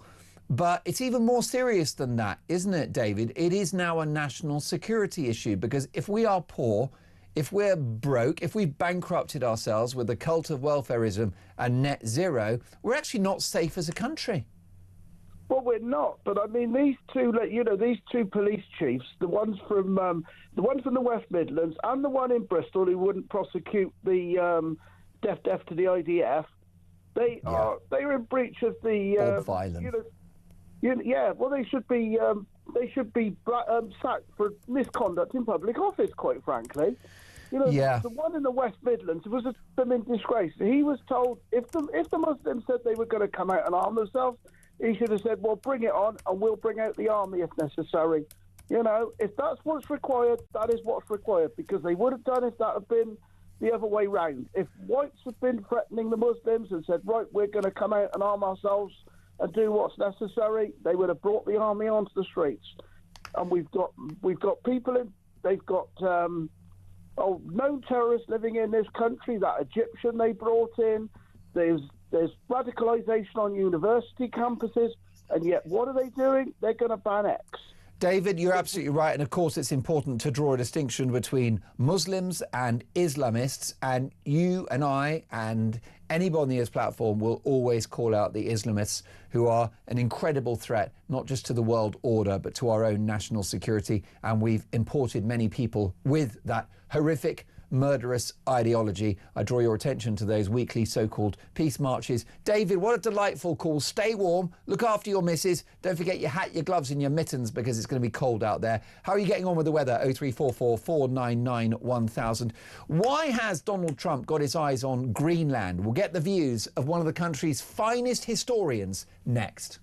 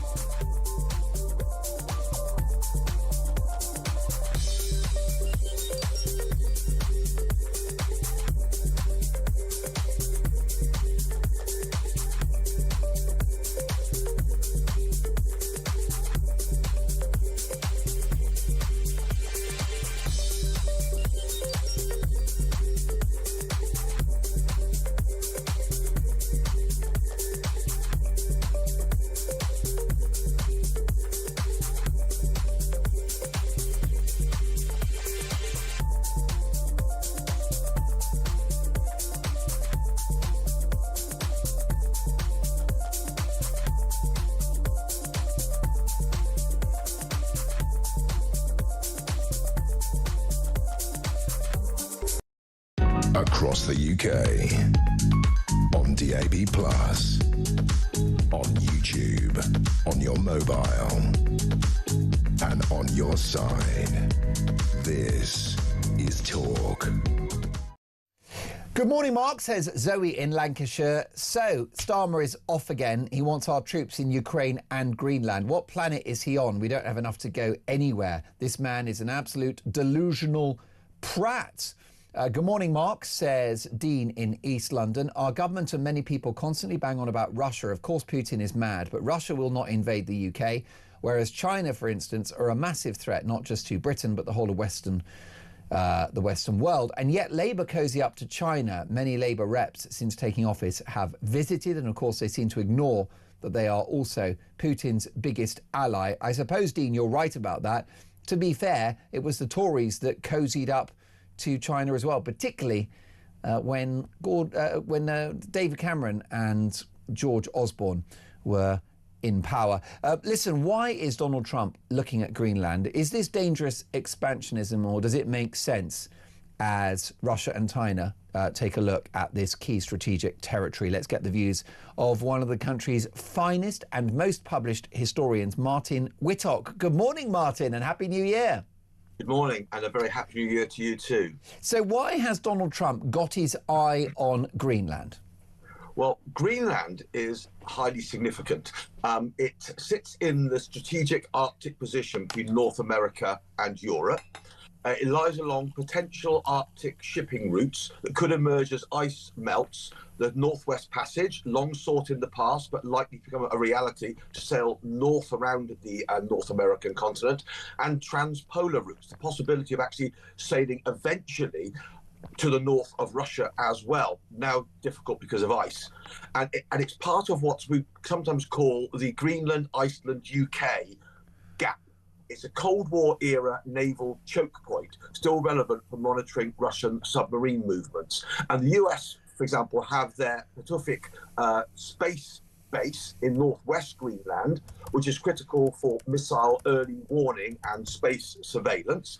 And during World War II, of course, the US stationed troops on Greenland to deny its access to the Germans. But also, as ice sets to melt with global warming, there's a rich potential in rare earth minerals and other critical resources that may actually be accessible on this, which is the largest island in the world. We often forget that. Greenland is the largest island in the world. And underneath it, petrochemical resources, rare earth minerals. And that will be crucial to Greenland's eventual development. But obviously, Americans would like to get their hands on that as well. The Russians and the Chinese are also very interested in this North Atlantic area.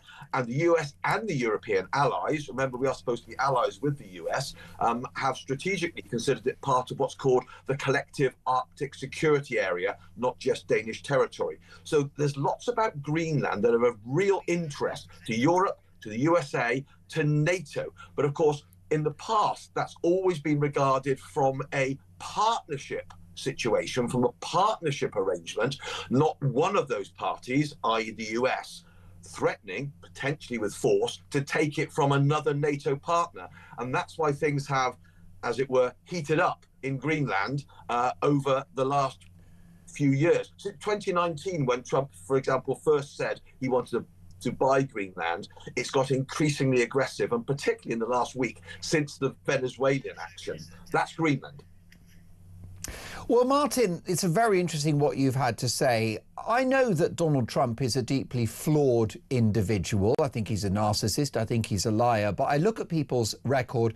I've defended him, indeed celebrated his efforts to close the southern border in the United States. It was a scandal that 12 million people entered America illegally over the last 4 years. He's improved the terms by which America trades with the world. They've had growth of 4.4% in a quarter of a year. We can't manage that across an entire calendar year. Plus, he's eliminated wokery from America's public institutions, and so on and so forth. But it is a concern, isn't it, that the sitting US president wants to take another country? Yes, and this is why, in many ways, the situation regarding Greenland causes me more concern than many other things that have caused me concern in the past about Donald Trump. As you say, a very mixed, a very complex president. Because here we have a situation in which he is actually threatening, nothing's off the table, we were told on Tuesday, in terms of military action, a fellow NATO member. I mean, basically, what we need to remember is that since the Middle Ages, Greenland has been part of the Kingdom of Denmark, goes right back to Viking times, settled by the Viking Eric the Red in the 10th century, then part of Norway, then part of a combined Norway and Denmark. And then when they came apart in 1814, the Danes continued to control it. It now has a largely Inuit population, that is people who are indigenous to the Arctic area. But the recent polling have shown that 85% of Greenlanders do not want to join the USA. They very often are looking towards eventual independence completely from Denmark under a law passed by the Danes in 2009. They have that right by referendum, but 85% of Greenlanders are saying we do not want to join the USA for a whole bunch of reasons. So for the US to say, will you sell us Greenland? That's fair enough, okay, for a transactional president. And I think it was 100, is it 100 grand per citizen? There's about 30,000 there. That was the offer. Yeah, in fact, actually, the number's about 57,000. Oh, is it? Apologies. Stand corrected. About the size of Margate, apparently. Fair enough. But anyway, but I think the real problem is that to threaten a fellow NATO member, military operation, perhaps, I mean, would he do that? That would, in fact, cause the unraveling of the NATO alliance and puts NATO in a very, very difficult position. And Putin must be very keen on encouraging such a spat between NATO members. And this, of course, what we need to remind ourselves of is that since 1945, NATO has been key to the security of Europe, of North America, and to the North Atlantic. And anything that undermines this, and remember, of course, the strategic review that came out by the Americans just before Christmas, no longer listed Russia as a strategic enemy, a strategic concern. It was more concerned about disputes with Europe than it was with Russia. Now, the Russians see this and welcome this. So my big concern about Greenland is if he pushes this to the ultimate, it could cause the unraveling of NATO, and that threatens the security of all of us. So do you think, do you see this messaging and this move by Trump as categorically wrong and out of order? Yes, I do. And is there a defence to be made that, you know, given a choice of who controls this strategically key location, USA versus China and Russia, that the USA should prevail? I think the USA should prevail in partnership with its European allies, in this case NATO. So I don't think it's a zero-sum game by which either Trump takes it or the Russians or the Chinese do. And the Russians and the Chinese are not going to seize Greenland. It's a NATO member. Article 5 of NATO would cause them to have a nuclear war with NATO over it. They're not going to seize it. But influence, I'd rather have the Americans influential there than the Russians or the Chinese, but then so would the Danes, and so would, I'm sure, the Greenlanders. So I think seeing it as a partnership is a very different thing to Trump threatening a zero-sum game. I want it, I'm going to take it. And that's the problem. Are we making the mistake of believing Donald Trump's rhetoric? Is this not an example of the art of the deal where you ask for a lot more than you're planning to actually get? In the past, I would have said yes. But then I didn't think he was going to swoop into Venezuela. I know that's a different situation, more complicated. Maduro was a very bad person. But I didn't see that, as many commentators didn't see it. And I think the fear is that now he really is on a roll and he really might do it. But to even say it undermines NATO cohesion. And to even say it undermines the post-war international settlement, of which I must remind people, we in the UK have gained immensely through the security given by NATO since its founding after the Second World War. And to even say it risk undermining that. And that's a huge mistake, in my opinion. Yes, and I think possibly a number of Trump supporters may struggle to support this rhetoric, to support this move. Although you could argue, Martin, that it's perhaps working with the Prime Minister pledging more military support for Greenland. Well, yes, but then think of the situation. Is it possible that we could see American troops move on Greenland and fellow NATO nations resist it? Already people in Denmark are saying, we will fight. We will fight. We will lose, but we will fight. That people are even saying that about their biggest ally, the underpinning military force in NATO, which is the USA, is, to my mind, deeply alarming. Not because they're wrong, but because they're being put in a situation where they're having to say this. The unthinkable seems to be happening. And with Donald Trump, never say never. Most definitely. How do you see this playing out? I don't know. I genuinely don't know. My hope is that if NATO allies are robust, that he will back off as he has backed off in the past with regard to NATO. And see it as a partnership situation, not a threat zero-sum game situation. That's my hope, that by robust speaking, but also by back-channel, behind-the-scenes speaking, we know Sir Keir Starmer does have a positive relationship with Trump, saying this is just going too far, Donald, that I hope he will back off. Only time will tell. But think about it. We're only 1 week into 2026, and we're already having conversations like this. What will we be saying next weekend or the weekend afterwards? We certainly are in uncharted territory. And in this very cold area of the world, it looks as if things are potentially hotting up. And finally, let me ask you about military spending and a potential military black hole of £28 billion between now and 2030. How much of a concern is that for our national security? It is a great concern. It is a great concern across NATO. Basically, only people like the Poles and the Baltic states are spending the degree of GDP that is necessary in order to make us eventually independent of the USA.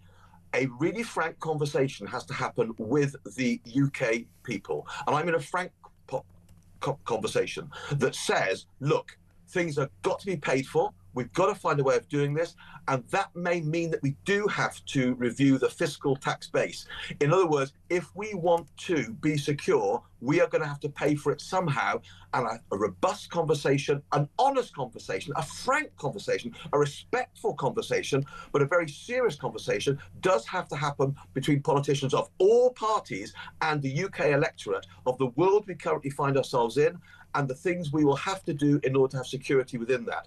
Now, a lot of people will not want to hear that conversation, but I'm afraid that's the only game in town. Well, that's right. If you've got a country that has a debt bill which costs you £100 billion a year just for the servicing of the interest alone, which is almost twice the defence budget. If you've got a welfare state that costs £350 billion a year, Martin, if you've got 10 million people in this country who are not active in the economy of working age, yes, we can debate the politics of that, but it doesn't end well if this country faces global peril. A national conversation that is respectful and mindful of the incredible diversity of this amazing country, but also about how we all must pull together now in a unified way to face threats that are bigger than any threats that we've faced since the end of the Cold War, towards the end of the 1980s. That kind of conversation, respectful but honest and frank, is long overdue from all political parties. What an education. Martin, thank you so much for your valuable time. I hope you'll join us in the near future. One of my absolutely favourite broadcasters and historians. Martin is published on every subject, the Vikings, the Russians, you name it. I think he's the most published historian in the country. Anyway, Martin Whittock will catch up soon. Next up, growing outrage over the BBC's coverage of the protests in Iran. Have they got an agenda? What are they playing out? We'll speak to a leading former BBC star next.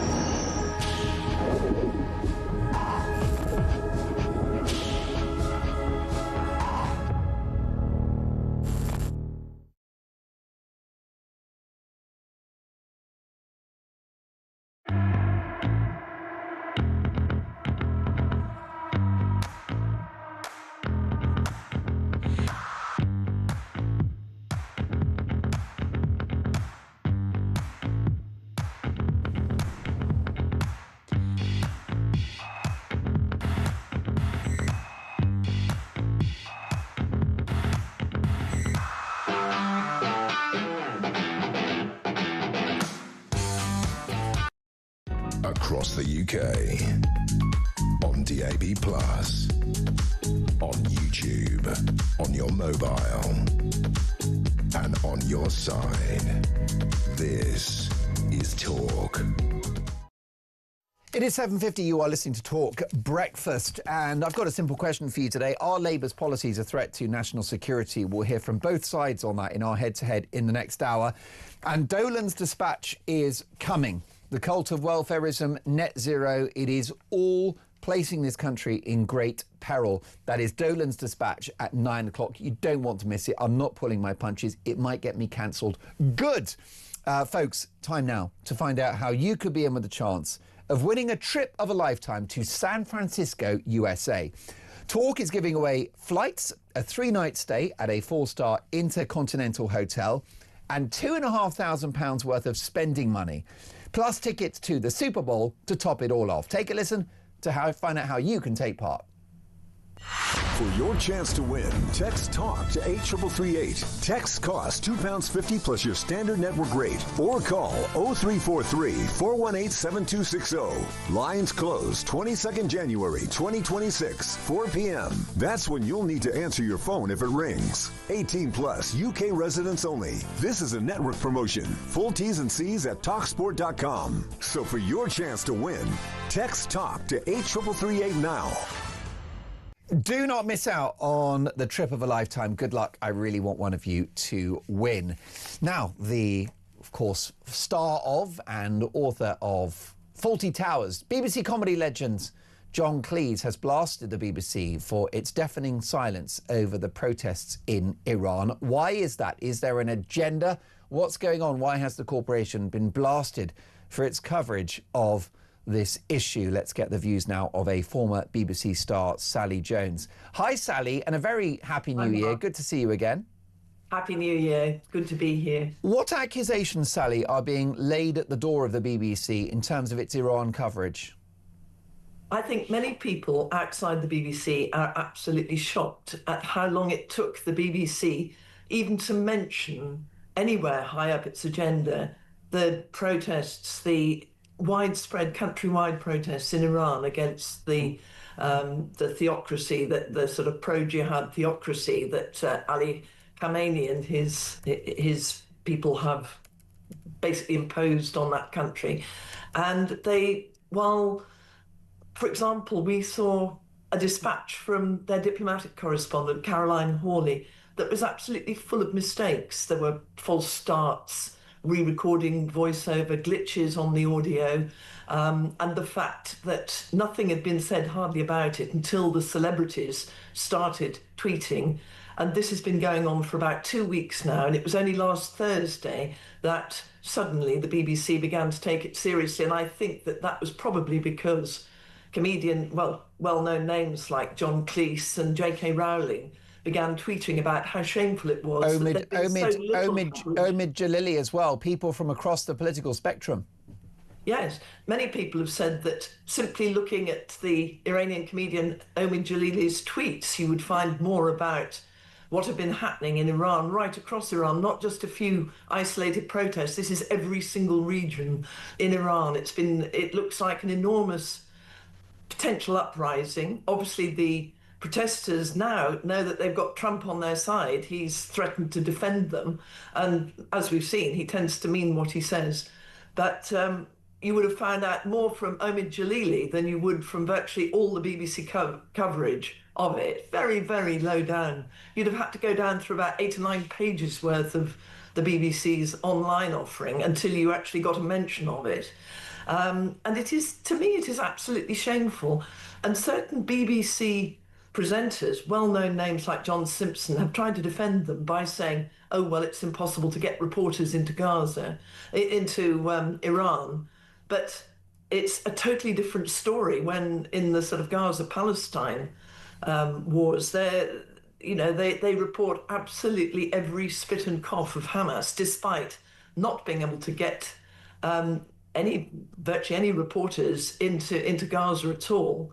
Because I think the thing is that the Iranian uprising does not fit with the BBC's general lefty worldview, whereas what's happening in Gaza is something that they feel they can line up right behind. And they will absolutely run any piece of Hamas propaganda or things which we know are definite, provable, outright lies. But nothing of the sort has happened because it's, as far as I think some BBC people can see it, it seems to be the wrong side doing the uprising. These are brave, ordinary Iranian citizens who want freedom, and somehow the BBC seems to deem them not worthy of it, despite the pretty dreadful regime that they are trying to overthrow. They also seem not to realise or at least not to acknowledge what a vast story this is, because if there is a collapse of the Iranian regime, it's not just going to affect Middle East politics, it's going to affect everybody, all of us, all around the world. I mean, the Iranian regime has been nicknamed the head of the octopus because its tentacles go everywhere. You can see it sponsoring terrorism right across the world. I mean, we've had apparently something like 20 assassination threats in Britain, often to British citizens, foiled since 2022. There are apparently Iranian camps radicalising young British people within Britain, and yet they've been ignoring this story. To me, it is, I totally agree with Cleese and Rowling, it is absolutely shameful. And this isn't left versus right, is it? But when you talk about a potential ideological agenda, a narrative from the BBC, is it the idea, the unedifying spectacle of an Islamic regime that faces being overthrown? Is that what doesn't fit the BBC's storybook approach to this issue? I think that's right, because we've seen in Gaza all their sympathies appear to be with the Palestinians. You would think that they're painting the Israelis of every stripe, not just the combatants, as absolute, sort of driven by total bloodlust. And many of the things which the BBC are claiming, I mean, for example, John Simpson, there was a lot of hand-wringing over the killing of one of the Palestinian journalists without any context about this man's links with Hamas and his activities for them. And to me, that was a major element in that story. And yet it was carefully ignored by pretty much everybody within the BBC who reported on it. Most definitely. And, this is interesting to see former stars speaking out. As a former BBC presenter yourself, does it sadden you to see the corporation bring itself into disrepute in such an incredibly overt and visible way? I mean, they've had a mare on this one, haven't they? They've provably dropped the ball. They've had a total mare, and it's a continuation from the total nightmare that they had over the Trump Capitol re-editing of those clips to make it look as though Trump was trying to incite violence and revolution, when really he wasn't at all. Many people have cited this recent report by Caroline Hawley, their diplomatic correspondent, because it was full of glitches. I mean, we all know as broadcasters that glitches can come in. It's a bit of sloppy editing. People are trying to shove out a load of news in the middle of the night when everybody's tired. Obviously, glitches happen, but it does seem all of a piece with the sort of lack of attention to what's potentially, the biggest story of the year, the biggest story of the last 5 years. And it really does sadden me that so many people seem to have drunk the Kool-Aid and to be ignoring it. Most definitely. Listen, I've got to tell you that we love having you on the show, Sally, and I hope that you'll be able to feature a lot on Talk Breakfast in the year ahead, because it's really interesting to hear your insight. You're dispassionate, you're neutral, and you just say it like it is. So, look, I do hope that we'll see lots of you in the new year. My thanks to Sally Jones, former BBC presenter. She doesn't have an agenda. She's just saddened. She's dismayed at how our national state broadcaster appears to be so ideologically captured across a whole range of issues. And here's the insult: we've got to pay for it. No agenda here. Dolan's Dispatch is coming. Is Britain a less safe place? Don't go anywhere.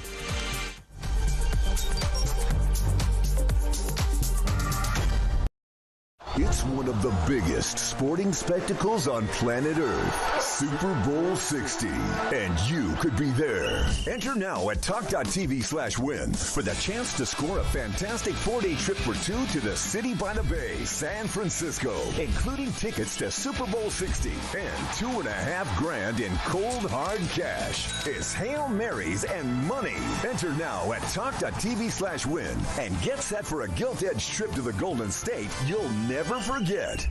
For your chance to win, text TALK to 83338. Text costs £2.50 plus your standard network rate, or call 0343-418-7260. Lines close 22nd January 2026, 4 p.m. That's when you'll need to answer your phone if it rings. 18 plus, UK residents only. This is a network promotion. Full T's and C's at talksport.com. So for your chance to win, text TALK to 83338 now.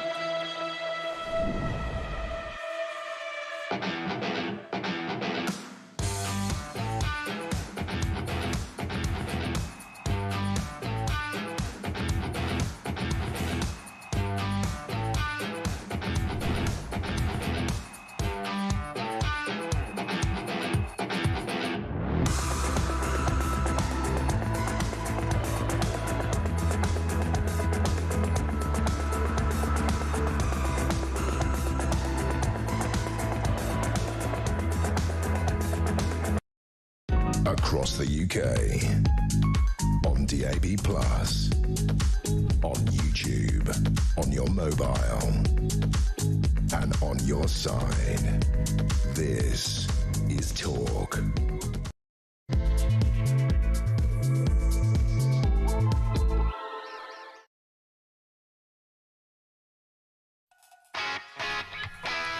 There you go, let's put 10p in the meter.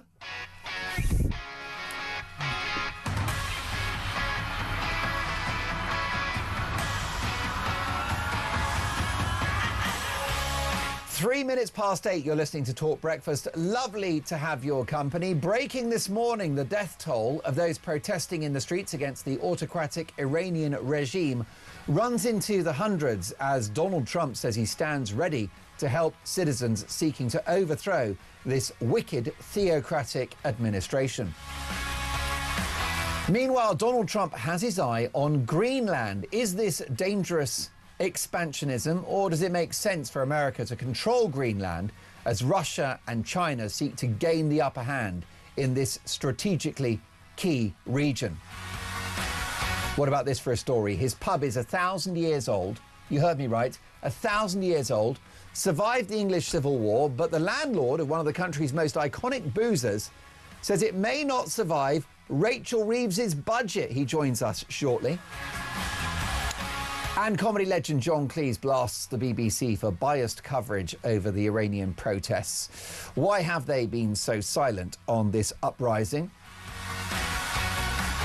Now, my priority for the next 2 hours is to get your opinions on the national radio and television airwaves, because let me tell you, this is a radio station. That is the genetic DNA of Talk is in radio. Did you know that 20 years ago, more than that, 25 years ago, I was a lowly producer at Talk Radio. Now look at me. What a story.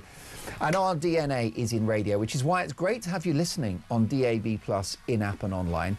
But did you know that this is a television network as well? And you can watch the show. You just head to YouTube, search Talk, and up we pop. And I'm delighted to say that Yana, who has about 50 or 60 rescue dogs in her house at the moment, she is directing our TV output. Taking your calls this morning is Isabel, who, let me tell you, has delivered a full switchboard, I kid you not. But I want you to join the conversation. The number to call to speak to me on the radio and on the TV is 03444991000. Text the word talk and your message to 87222. Leave us a voice note as well. We love the voice notes. In charge today is our religious supreme leader. It is Phil Dale, dropper of truth bombs himself. Great broadcaster, by the way. Phil Dave, why don't you get your producer's name wrong? I'll tell you something. Someone get me a tea. And I'm delighted to say the man that holds it all together with sticky tape and hope is our lead engineer, the brilliant Dave, the tech op. So look, it's the dream team today, but I can't do it without you. Join the conversation 03444991000. Are Labour's policies a threat to our national security? Dolan's dispatch is coming in an hour's time. It might get me cancelled. Good. As the saying goes, let's talk. And let's do so in the company of two of my favourite human beings. We have the political strategist Peter Barnes, who has a bunk bed here at Talk Radio and Talk TV, and the esteemed political commentator Adam Dale. Morning, boys. Good morning. Happy New Year. Adam, any trouble getting in this morning? Actually, the Jubilee line was closed. Yeah, and it was yesterday as well. Yeah. We've replaced, well, lots of parts of the country had snow, but it's been replaced by rain and then ice. And I don't know what you think. I find, and your dad's a meteorologist, I find ice worse than snow. I tend to agree, but it's a little bit more dangerous, isn't it, really? Snow's a bit more sort of cheery and Christmassy, although we're past Christmas, so maybe we should just forget about that one. But. Yeah. How about you? Did you, Peter, did you have trouble getting in this morning? No, I took a car. I'm sorry, I'm one of those people. You drove the drive? No, I don't. Yeah, I don't drive, so I'm what my father calls a passenger princess. I get driven everywhere. That's it. Well, do let me know. Keep me updated on how you're handling the weather at the moment across the country. The Midlands was completely snowed out a couple of days ago. Has that thawed? What's going on in your part of the world? We're definitely facing a degree of peril as a country, and it's not just the weather, is it? The Mail on Sunday, front page headline, Spineless PM is turning UK into military pygmy. Nigel Farage has condemned Sir Keir Starmer's spineless approach to defence spending, which he says has left Britain looking like a pygmy as the world teeters on the edge of multiple incendiary conflicts. Now, Adam, I'm going to say that this is absolutely a pattern of decline that began under the Conservatives. Over 14 years, they allowed our military to shrink. They allowed the welfare state to explode. They embraced net zero, which is a huge cost to the country, both financially and also in terms of energy supply. So the Tories are the authors of this, but Labour are making it worse, aren't they? I wouldn't say they're making it worse. I think they've had a very short period of time to actually even consider and turn things around. You've got to get in and you've got to decide what you need to spend on. I mean, rightly or wrongly, and I'm sure a lot of people watching will disagree with what I'm saying, but a lot of those people will say we need to spend more on defence. Some people will say we need to spend more in other areas. In fact, actually, this might tail into some talk about what the foreign aid budget and things like that, because if you're not spending there, then things become more destabilised in other regions in the world. But I think it's a bit rich for Farage to turn around and point the finger at Labour here. I think this is a massive, long, drawn-out process of defence decline under the Tories, and you've got to give Labour at least one parliament to see what they come up with at the end of it. Well, I think that it's a fair point. I think we should squarely blame the Tories for this mess. Peter, what do you think? Oh, they'd certainly take a share of the blame, but I go back to Blair, I'd even go back to John Major, I'd even go back to Margaret Thatcher. The problem of the defence spending problem is the public didn't vote for any of it. It was easily to take away money out of defence and funnel it into welfare. It's where do you think the money went? Attractive departmental budget, the welfare, the defence budget. It's been slashed and slashed and slashed because there's no votes in it. Unfortunately, you can't really, be able to say to people who are struggling, to pay the bills, well, by the way, we built this massive tank. That's the problem. The optics of defence spending is very, very difficult. So, yet again, it's been an easy kind of cut for governments because at that time we were part of there's NATO, there's relatively world stability, and America was picking up the bill. America said we're not paying anymore, and now we suddenly realised, oh yeah, we can't afford any of this, and we're in a lot worse of a situation than most people would like us to be in. I don't think it's fair to blame Starmer for all of this, but I do think Labour have just compounded the problem. That's what they've done. Since they've come into office, they're not did not fix anything. They just made it significantly worse because they didn't have a plan when they came to office. I always think that's the main problem. But they don't see the value in defence spending individually as a nation because they think we should do it through the EU. We think we should do it through NATO. Again, this kind of globalist international approach. However, the reality is, as I think Starmer's realised, when you get into number 10, it doesn't matter. These kind of world bodies and stuff, they're just kind of they're just a show, the theatre. The reality is, it's all about nation states, and you know, we've let ours decline. We thought we didn't need to have an armed force in terms of personnel because our job was basically to have Trident. Everybody else, part of NATO, that was their job to have the troops. They rather dropped the ball. This is the point. When you start sharing defence responsibilities and not everybody's playing by the same game or having it by the same level, you suddenly realise when you have an invading force like Russia, you've got Iran, you've got Ukraine, you see issues in Ukraine, not to mention all the other wars that have gone on in between, by the way. You know, this is the reality of the world is not a nice place, and Britain was too busy trying to find out what a woman was to actually, you know, put some boots on the ground somewhere. And I've said, Adam, that this decline began under the Conservatives. It has been accelerated and then some by this incoming Labour government. I think it's a miracle what they've achieved in 18 months in terms of destroying the country, particularly growth, because if you've got the cost of servicing debt at 100 billion, which is almost twice the defence budget, if you kill growth, if you've got net zero, which is against our industrial economy, well, then that doesn't really ready us for war, does it? I think the net zero thing is quite interesting because there is a nuance to this that often goes untalked about, which is the fact that if you get to net zero, there's no energy reliance on other countries. Well, you'll never get to net zero. It's a fantasy. Look at Germany. It's a fantasy. I think there are a lot of countries speeding towards it. And not at it. That's the problem. Well, I mean, I think transition takes time, does it not? Well, wait a minute. It's not in the middle of a global crisis. I wonder whether net zero is the single biggest threat to the safety of this country and our national security. If you consider that Germany, Adam, has spent over the last 15 years around £500 billion on green renewables, they've got the highest energy costs in Europe. Actually, no, that's not true. Second to us, number 2 in the world, and they've had no growth in 2 years. This is the remarkable German economy, which is now in total freefall. But I think you're comparing apples to pears there. I think what you're doing is essentially saying that because they've got no growth, that's because of net zero. Well, it is because they've got an industrial economy, so they can't afford to make anything like Mercedes. But the industrial economies in the fridges. West have been essentially outmanoeuvred by cheaper economies elsewhere. Well, do you think high energy costs are a part of that? But why do you think China is also moving towards that? Because they're building 5 coal power stations. Well, China are doing what I'd like to do, Adam, which is to have a mix of renewables, nuclear and fossil. And they're not constrained by net zero targets. And I think that's what I'm not against solar panels or even wind farms. I'd like a mix, but you're not going to get that under Ed Miliband. You've got to look at this from a broader perspective as well, which is, do you agree with climate change or not, which is a whole different debate. Well, I do. I think that then in theory, the biggest threat you have is potentially climate change. No, actually, I think China's a bigger threat with their nuclear arsenal than things getting a little warmer in London. But what we're now doing is we're saying, is China a bigger threat, when actually what we're looking at is a pariah president in the US. Oh, here we go. Well, it's true, isn't it? They're setting a precedent. Really. The precedent was set about 30 years. They're talking about going into Greenland and places like that. I mean, what precedent does that set to China and Taiwan? Why don't they go and nick Taiwan's Why do you think they're going into Greenland? To stop China going into Taiwan. That's kind of the point. It's called military transactionalism. If you have a big, overwhelming force, you stop other countries doing bad things. It's also the point of the foreign aid budget. It's also known as international bribery. The problem of net zero is energy security. We're going into not just a kind of period of geopolitics and complete instability, but the industrial revolution we're going through is very heavy in energy. It's AI, it's tech. That requires electricity the levels that we have right now don't even cover a quarter of what we need. The mainframe and the infrastructure doesn't even exist anymore, realistically. It's that far crumbled.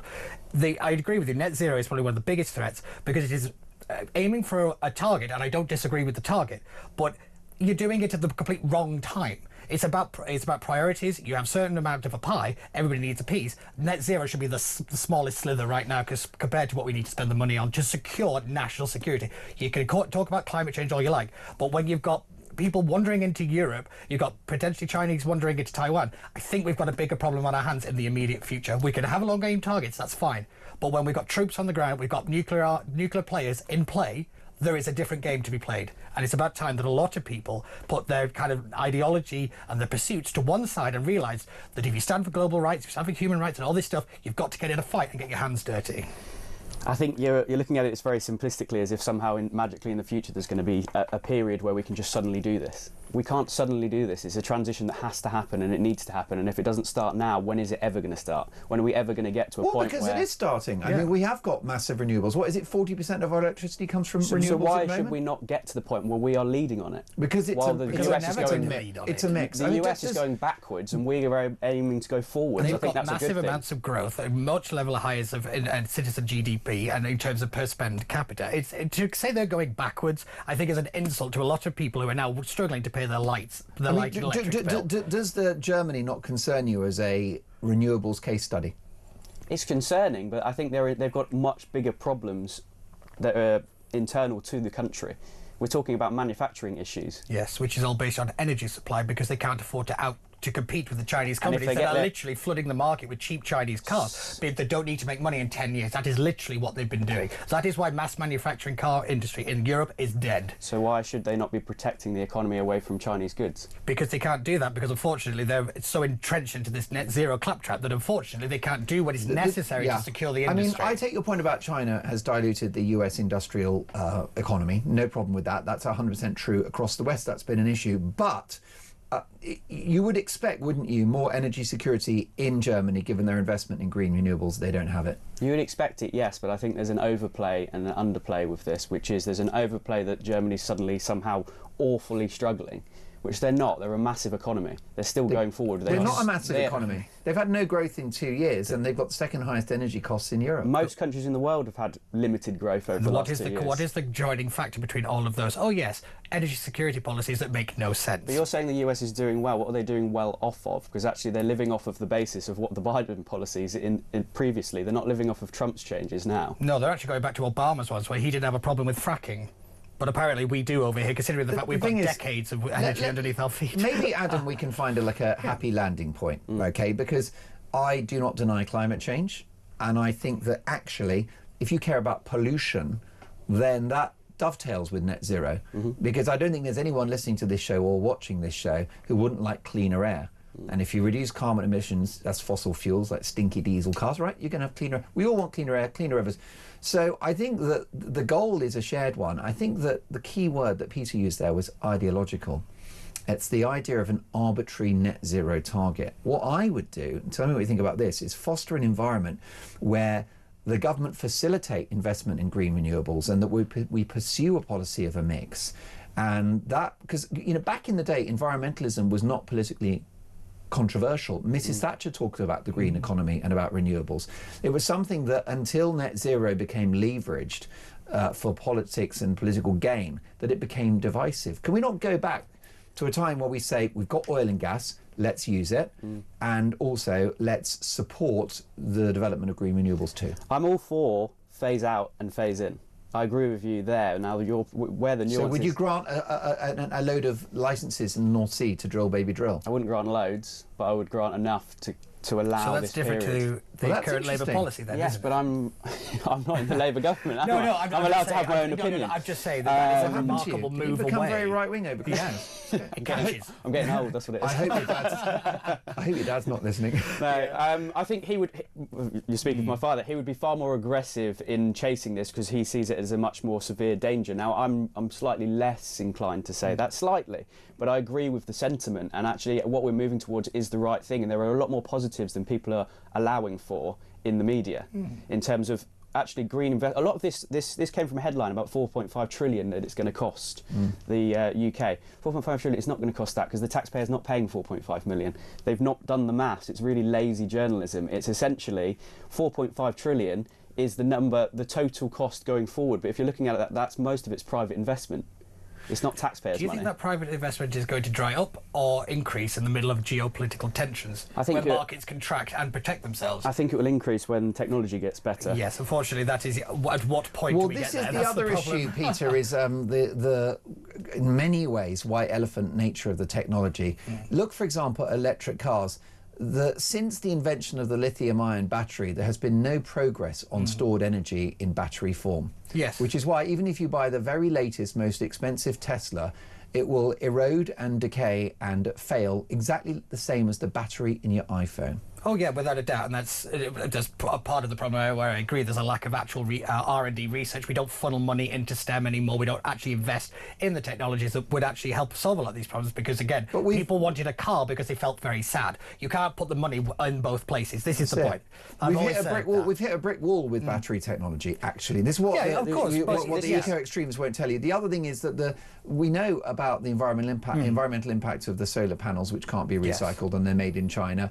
And you then also have the human rights problem of children digging for the lithium to make the batteries and all that kind of stuff. What I'm hoping for, really, Adam, is to live in the real world where you understand that green renewables are an experiment, that this is infantile technology that's got a long way to go, and that should be reflected in government policy, whereas Ed Miliband will have you believe that windmills and solar panels will power the country. They never will. So you then do agree with the change in tax law on electric cars that the government's looking at? How do you, what, in other words, making people pay per mile? Potentially, yes. Well, the country is so broke that they need to replace the money from diesel and petrol. I find it quite, because for me, actually, I think it should be. Cars, I think it should be cheap, and I think it's a disgrace that there's so much tax on the electric cars. Yeah, but the electric to cars, the public that way.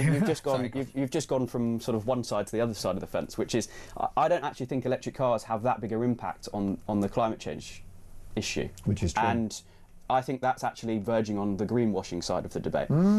You might be surprised to hear that. I think electric cars at their current rate are quite disruptive when they're built to begin with. They actually produce quite a lot of pollution. So what we need to look at is veer away from that kind of politics and look at the more of the energy infrastructure of the country, which is really important for national security as well. So you can get to maybe a win for both sides here, which is stop talking about green cars and start talking about producing green energy that we can export to other people. Yeah, but that could only happen when Ed Miliband actually admits that the amount of money they just put up to the green energy in subsidies. Pull the subsidies, see if it stands. What about this? Could we not drill for oil and gas and export that to other countries? I think there are far cheaper oil and gas sources that are flooding the market elsewhere. I don't think we're ever going to compete on that level. True, is it? No, not well, really. Especially with Venezuela now being taken over. Yeah, but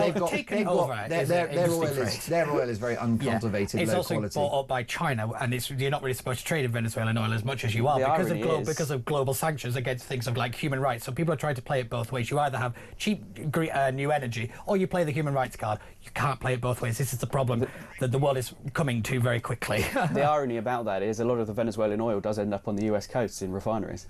One last question before the break, which is, Adam, does it strike you as odd, though, that we purchase oil and gas from other countries when we have our own that we don't drill for?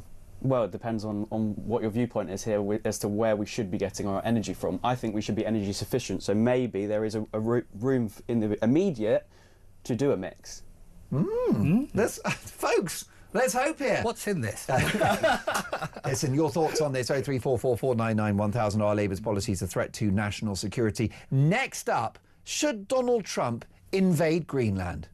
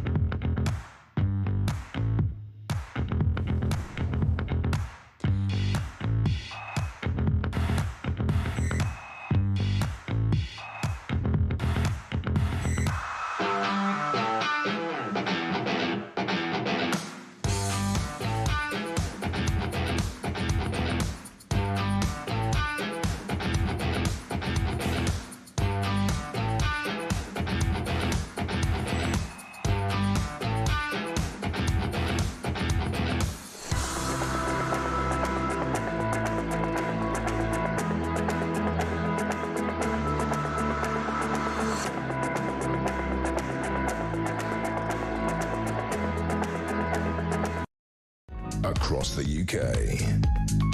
On DAB+, on YouTube, on your mobile, and on your side. This is Talk. Is net zero a threat to our national security? Reg says, good morning, Mark. Happy Sunday. You're talking about net zero. Here's my question to you this morning.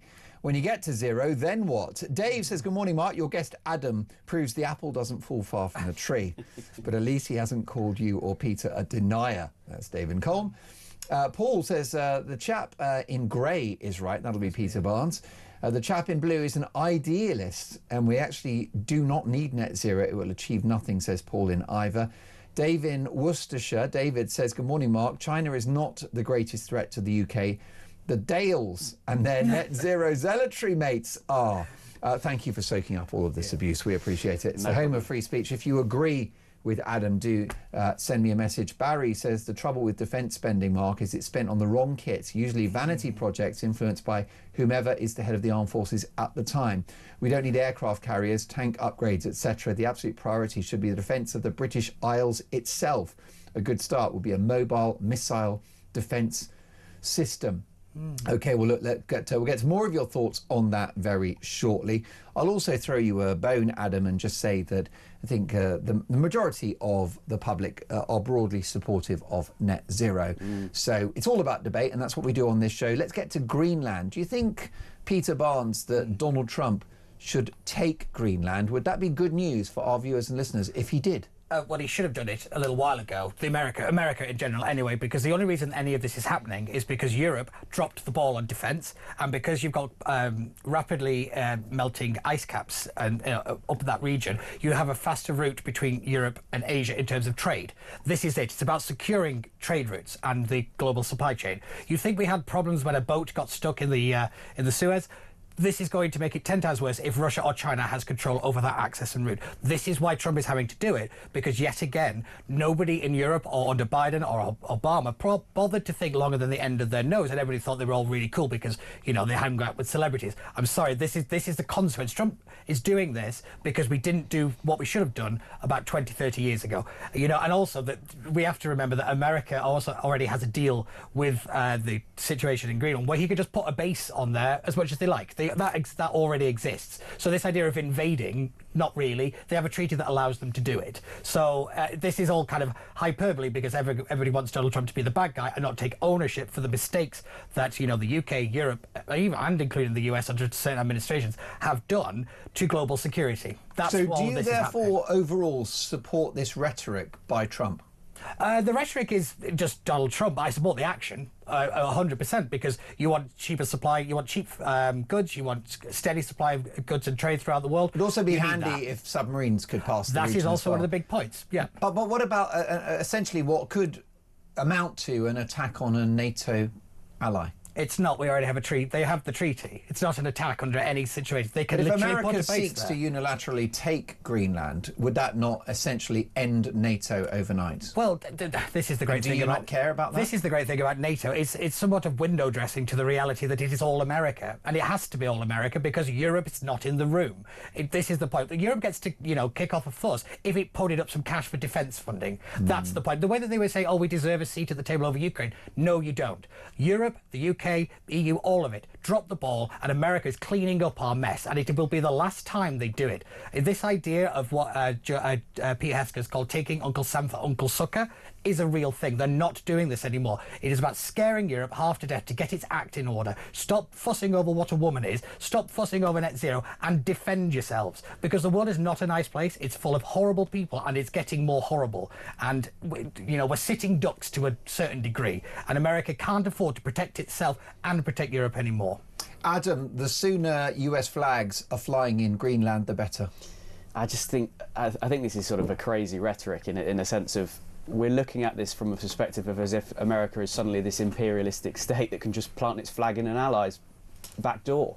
I mean, if they have these treaties, why are they even considering this? They have control over that strait by having the military bases there. So they actually have what they want already, if that's the case. So why they're doing this sort of flag-waving rhetoric, I would argue it's a distraction tactic away from some of the bad things that are happening in the country at the moment. And what they are doing is essentially prodding their own ally and setting a precedent for China and Russia to go, why don't we start doing this. They're already doing that, though. Putin literally wandered into the middle of Europe, and China has been messing with global and financial markets for the last 30 years. So why is America trying to play the same game? Why isn't America strengthening ties with its allies rather than antagonising them? Because the allies aren't allies at the moment. That's part of the problem. We're busy recognising Palestine. France is often doing this, and Canada's just picking a war with America over trade for no apparent reason. The allies, this idea that we're all best friends with each other is a complete myth.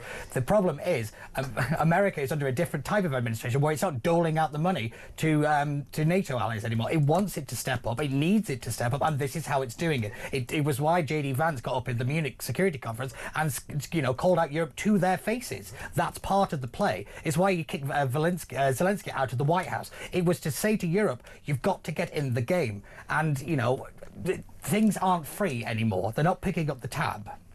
I think to say that they're picking up the tab is a bit ridiculous, because the power and influence that they're wielding by doing this is essentially trying to emasculate the rest of Europe. Essentially, it didn't need to emasculate; it already is. Is this actually just another example of the White House's diplomatic war against Europe? For some reason, the Trump regime has an issue with Europe, a chip on its shoulder about Europe, Peter? I don't think it's a chip on its shoulder. I think it's an empty wallet. I think that's the big point.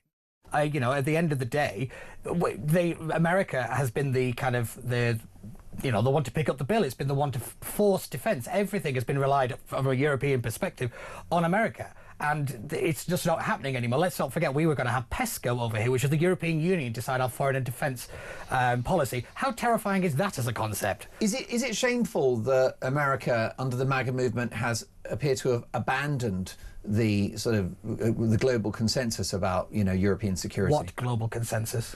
NATO, complete. Again, this idea of a rules-based society, organisation, global world doesn't make any sense if you actually look at the fact that we've not had a European war since 1945. Is Trump not tearing? Well, what do you think Islamic terrorism is? It is a war. It is a war. Just because it doesn't have a flag and an army, it doesn't mean it's not a war. Okay, let's take a call if we can, lads. And this is Chris in Epsom. Good morning, Christopher.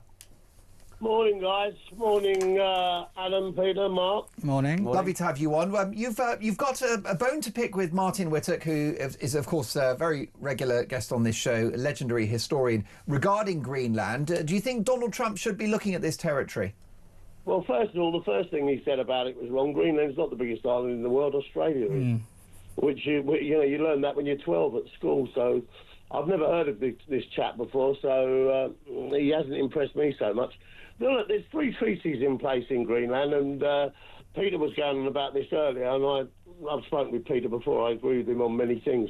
There was the treaty in 1941, which has stopped the Nazis going in. It was revised in the 1950s, and it was revised in the early 2000s. Trump, there's only 56,000 people on Greenland. He's not talking about invading it. He could give every citizen of Greenland $1 million, which is absolutely nothing to the Americans, as the way it goes, and let them still rule, because they want to be independent of Denmark, because Denmark's done bugger all for them since the Second World War.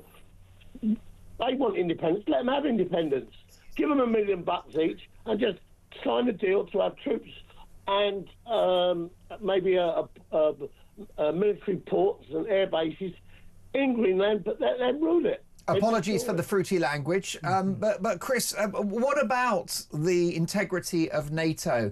What about European security? Is it not a sad moment that America appears to turn its back on that entire project? Oh, he's not turning his back. As Peter says, he's trying to wake Europe up. Look, the joke is, right, Tom Tugendhat was on the other day, and he knows his figures. We have got, at the moment, at most 15,000 deployable troops, all right, who are poorly equipped. Some are still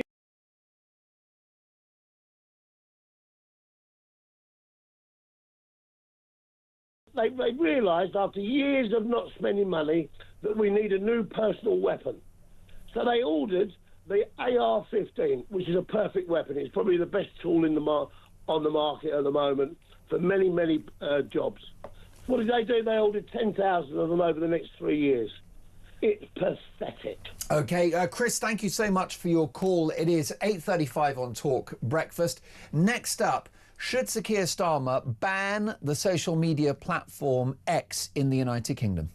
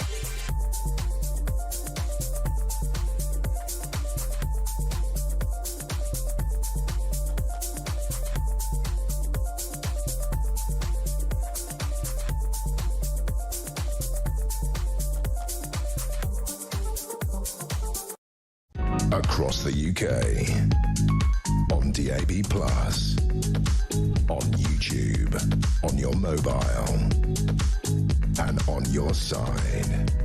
This is Talk.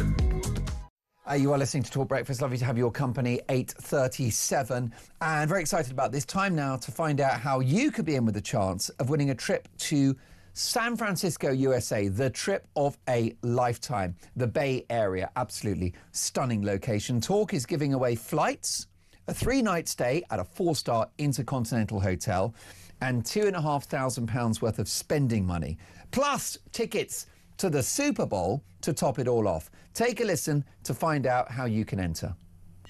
For your chance to win, text TALK to 83338. Text costs £2.50 plus your standard network rate. Or call 0343-418-7260. Lines close 22nd January 2026, 4 p.m. That's when you'll need to answer your phone if it rings. 18 plus, UK residents only. This is a network promotion. Full T's and C's at TalkSport.com. So for your chance to win, text TALK to 83338 now. Do not miss out. Do not miss out on the trip of a lifetime, and really good luck to each and every one of you.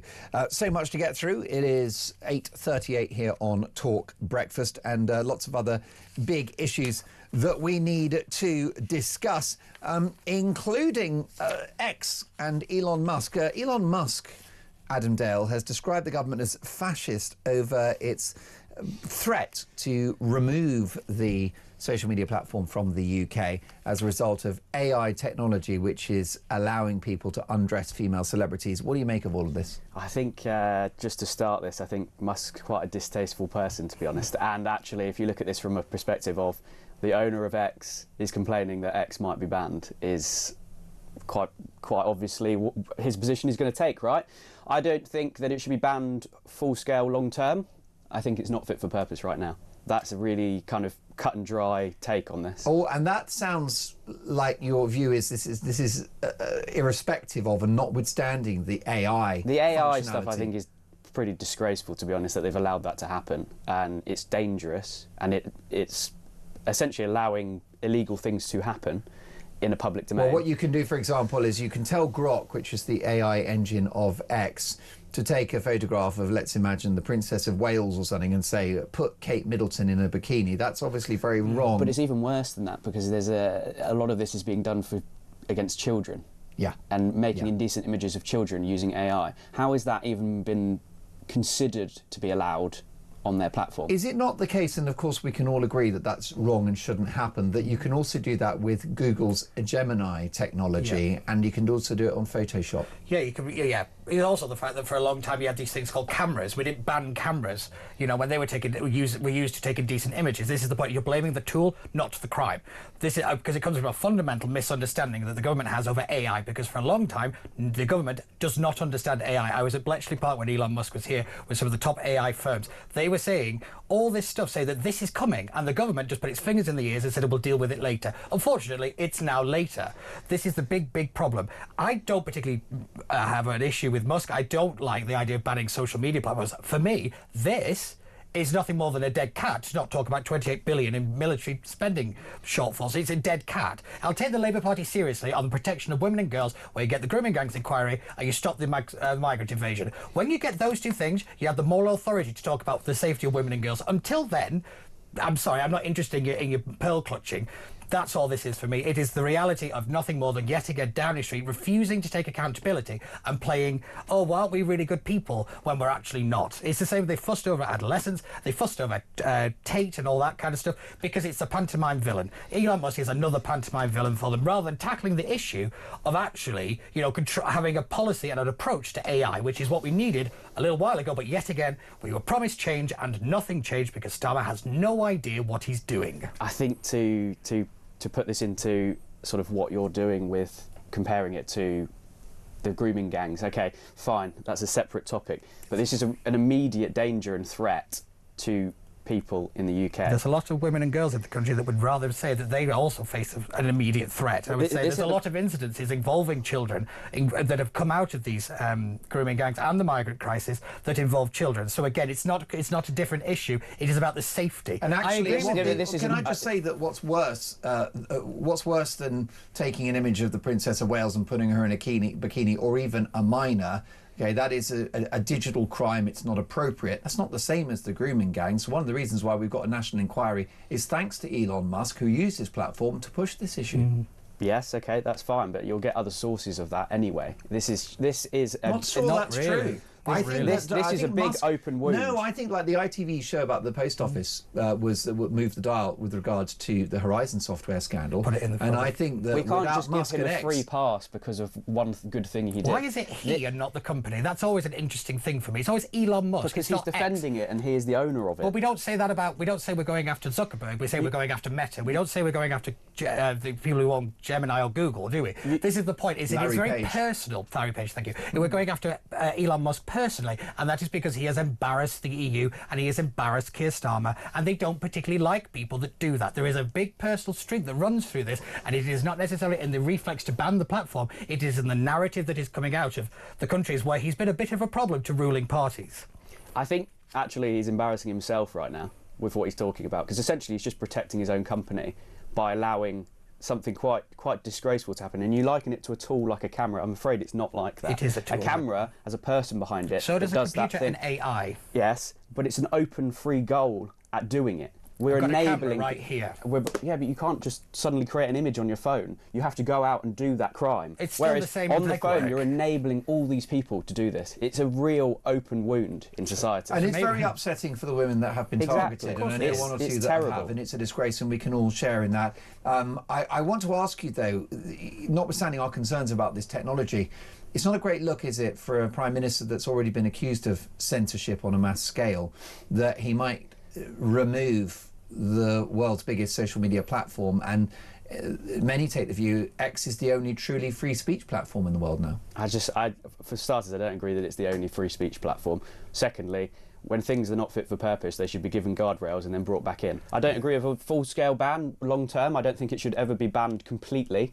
I think it needs to stop, get its ducks in a row, and then come back. Can you name a platform, a social media platform in the world which has more of a commitment to free speech than X? I think a lot of it's... I can name names? I think there's a lot of... Wikipedia. There's multitudes of platforms. We can name millions. Blue Sky, a tiny one. Like there's so many platforms that deal in free speech. I'll give you Blue Sky. It's very good at highlighting how insane the lefties are. No problem. I'll give you that. Well, then you could argue that Twitter is realistically quite a right-wing propaganda machine. No, it isn't. You see, X is characterised as right-wing because there's no censorship, so you hear what people think, which apparently is right-wing. You know, common sense views like two sexes. Okay, so I'll give you a prime example. There's a huge amount of misinformation on Twitter. There always was beforehand. I mean, Musk was retweeting a picture of people wielding axes around a hospital, thinking it was happening in Birmingham, when actually it was just a scene from a movie that someone had spun off and said, this is what's happening in Birmingham right now, you should be ashamed. And Musk's retweeted it. I mean, one of the most iconic, powerful men in the world. Whether you hate him or love him. If you have a free speech platform, then things that aren't true will be shared, and that is the nature of it. They do have community notes, but if we talk about misinformation, you know, what about Facebook, whose owner Mark Zuckerberg admitted to Joe Rogan that the fact checkers were politically biased, which is why he fired them all. Well, that's misinformation, isn't it? What about X before Elon Musk, which lobbied the White House to cancel the accounts of leading medics who criticised lockdowns? So, you know, this is not an exclusive issue for Freudian slip there, for X. But do you not think, just in pure practical terms, that if X is cancelled, it's going to be a bad look for Keir Starmer? Potentially, yes, but I think that is outweighed by the fact that at the moment people can create indecent images with this tool. I think nothing else matters in this debate until they get that stopped. So would you then they have a leg to stand on. Would you therefore sanction the cancelling of X in the UK? I would temporarily ban it, yes. Unfortunately, we have a bigger problem. This is not just an issue of X. We also have the fact that the government took Wikipedia to court not so long ago. Nobody noticed this one. They were going to drive Wikipedia out of the UK. WhatsApp has already said it's probably going to pull out of the UK because of this overarching need for the state to have its eyes on everything that we do. I agree we need to do something about the indecent images, which is why it's been put behind a paywall. I don't believe that's far enough. However, just saying that we get rid of the platform does not get rid of the bigger problem in society. Is why do people want to do this? That is the big thing that you need to start going after. I agree, we need to deal with it, you know, a situation as it is.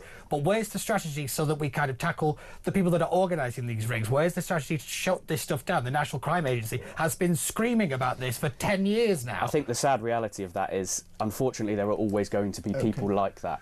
Okay, well, that's it. Well, you have bad stuff that happens on the internet. We don't switch off the internet, do we? In fact, there's only one country that switched off the internet in the last few days, and that's the theocratic regime of Iran. A statement from X: we take action against illegal content on X, including child sexual abuse material, by removing it, permanently suspending accounts, and working with local governments and law enforcement as necessary. Lads, really enjoyed our conversation this morning. I hope you'll come back presently, because it was a very interesting conversation. My thanks to Adam Dale, the excellent political commentator, and the marvellous Peter Barnes, political strategist. Next up, his pub is 1,000 years old. It survived the English Civil War, but it may not survive Rachel Reeves's economic policies. I'm going to speak to an iconic landlord of an iconic pub under threat next.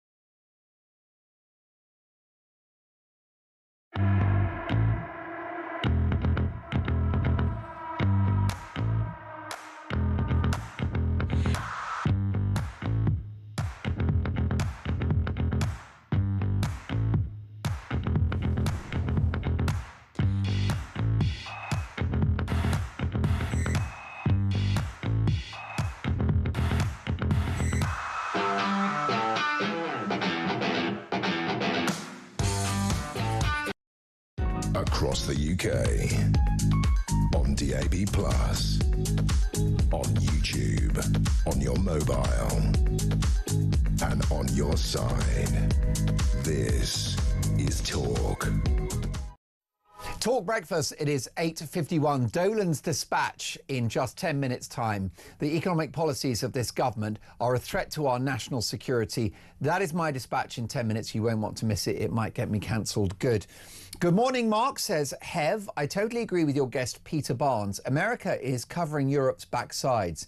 We're nothing without America. We've been lax in our defences and spent too much time and money concerned with stupid DEI stuff. That's diversity, equity and inclusion. Where would we be without America? And an unnamed texter said, Mark, the biggest threat to the UK and Europe is the Trojan horse of Islamism. And finally, Chris says, good morning, Mark. Russia and China have been using icebreaker ships to make a new trade route on the North ice sheet. If this is completed, this would be a cheaper route to use, thus more power to them. That's why Trump wants Greenland. I'll get to more of your messages very shortly. Brilliant piece in the Telegraph newspaper this week. We are one of Britain's oldest pubs. Labour's war on the industry could kill us. This is the pub landlord Matthew O'Keefe, who's the owner of one of the country's oldest pubs, who says, my 1,000-year-old ale house made it through the Civil War, but surviving Rachel Reeves is our biggest challenge yet. Matthew O'Keefe is the owner of the Royal Standard of England. It's an incredible hostelry, and he joins us now. Good morning, Matthew. Thanks for joining us on Talk Breakfast. Good morning, Mark. Thanks for inviting me. First of all, can you just give us a bit of a flavour of the history of that amazing pub of which you are the current proprietor? Yes, the pub would have started out as a village hovel when the Saxons were there.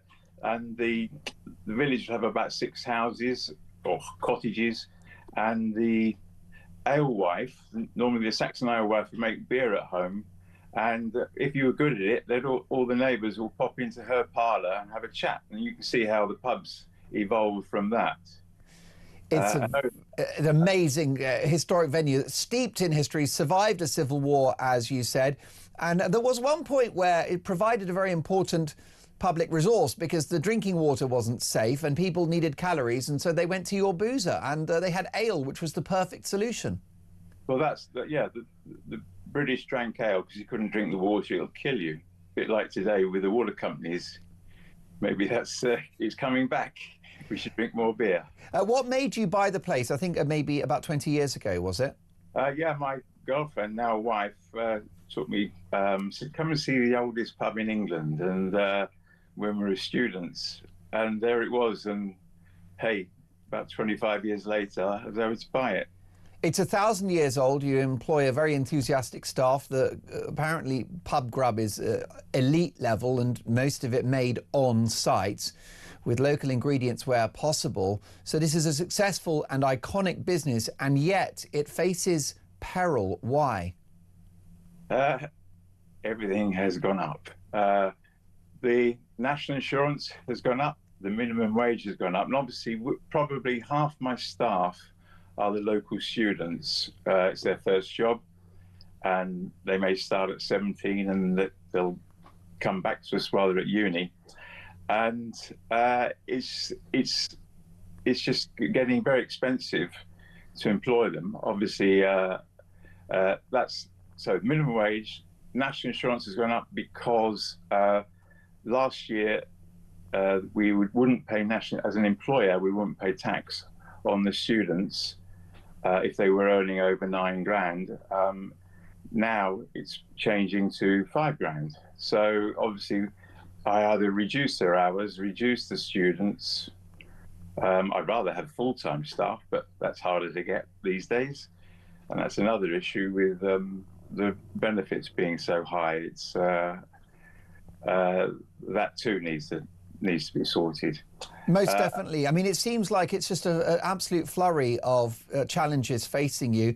You mentioned the Nix raid. There's more red tape. You've got the minimum wage, which on paper is lovely. We all agree with it in principle, don't we, Matthew? But what it does is it makes a boss like you more reluctant to hire because you just can't afford it. Then there's inflation as well, and I suppose a legacy of COVID debt.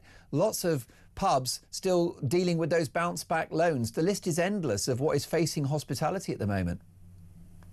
Yes, and also the Ukraine war didn't help because we were getting cheaper fish. I mean, the country was getting cheaper fish from the Russian factory ships in the Baltic, so we can't buy that anymore. So my fish has doubled in price, and I guess people have seen that in their fish and chip shops as well, that portions either got smaller or the quality's gone down. So it's food prices gone up, the tax has gone up.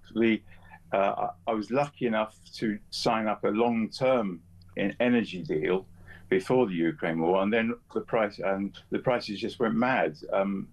Fellow publicans, their prices have doubled for energy, and I've just come out of it. So I've got to start this year with about 80 grand more than I was paying last year for the same thing. So yes, sure, your customers get annoyed that you have to put your prices up, which to survive, but it also means you're getting less people.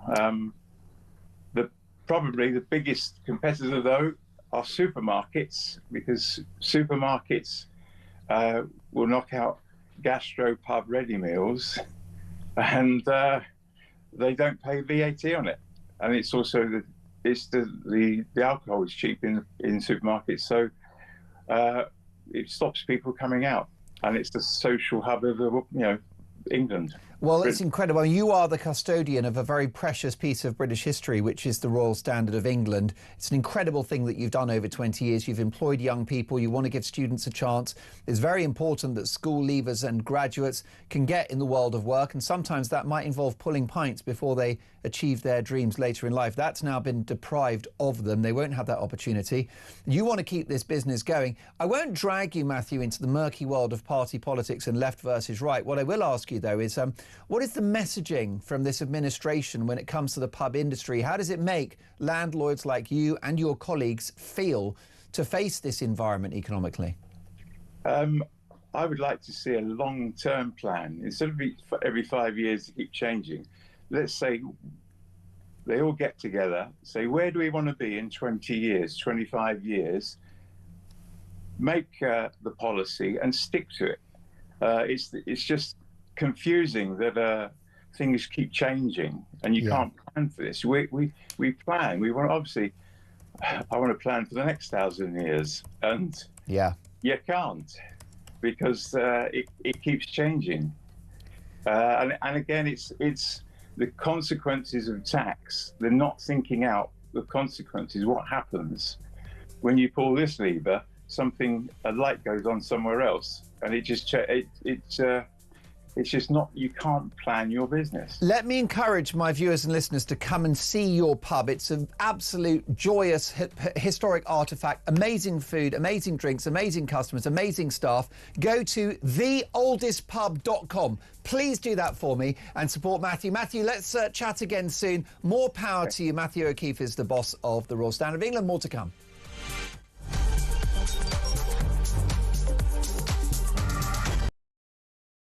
It's one of the biggest sporting spectacles on planet Earth, Super Bowl 60, and you could be there. Enter now at talk.tv/win for the chance to score a fantastic 4-day trip for two to the City by the Bay, San Francisco, including tickets to Super Bowl 60 and $2.5 grand in cold hard cash. It's Hail Marys and money. Enter now at talk.tv/win and get set for a gilt-edged trip to the Golden State you'll never forget. For your chance to win, text TALK to 83338. Texts cost £2.50 plus your standard network rate, or call 0343-418-7260. Lines close 22nd January 2026, 4 p.m. That's when you'll need to answer your phone if it rings. 18 plus, UK residents only. This is a network promotion. Full T's and C's at talksport.com. So for your chance to win, text TALK to 83338 now.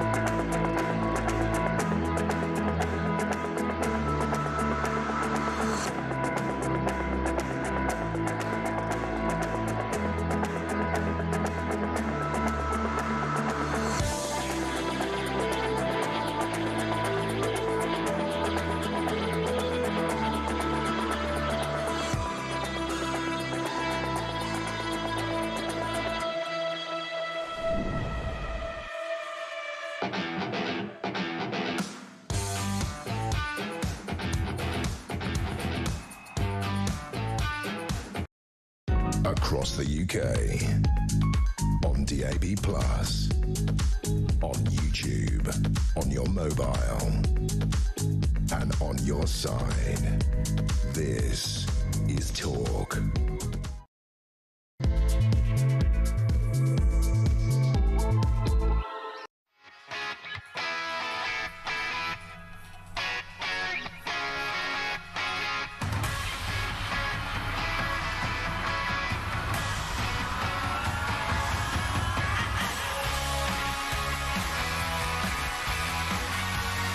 Three minutes past 9, top of the morning, one and all. Happy Sunday. I hope you are well. I'm Mark Dolan. This is Talk Breakfast. And breaking this morning, the death toll of those protesting in the streets against the autocratic Iranian regime runs into the hundreds as Donald Trump says he stands ready to help citizens seeking to overthrow this wicked administration. Why have the BBC been deafening in their silence about this Islamic regime in crisis?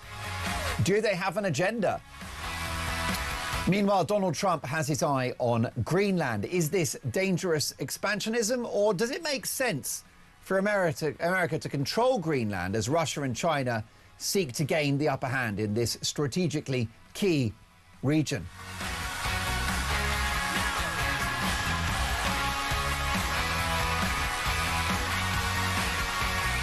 Now, my priority for the next hour is to get your opinions on the national radio and television airwaves. My phone number is 0344 499 1000. Isabel is taking your calls today. She's responsible for a full switchboard through which we will get very shortly. You can text the word talk and your message to 87222. Leave us a voice note. And as the saying goes, let's talk.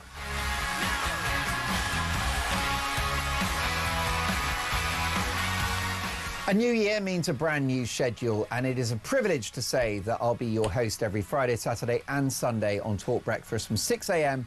to 10 a.m. It's a thrill to be back on the home of common sense. So much to get through, so much work to be done.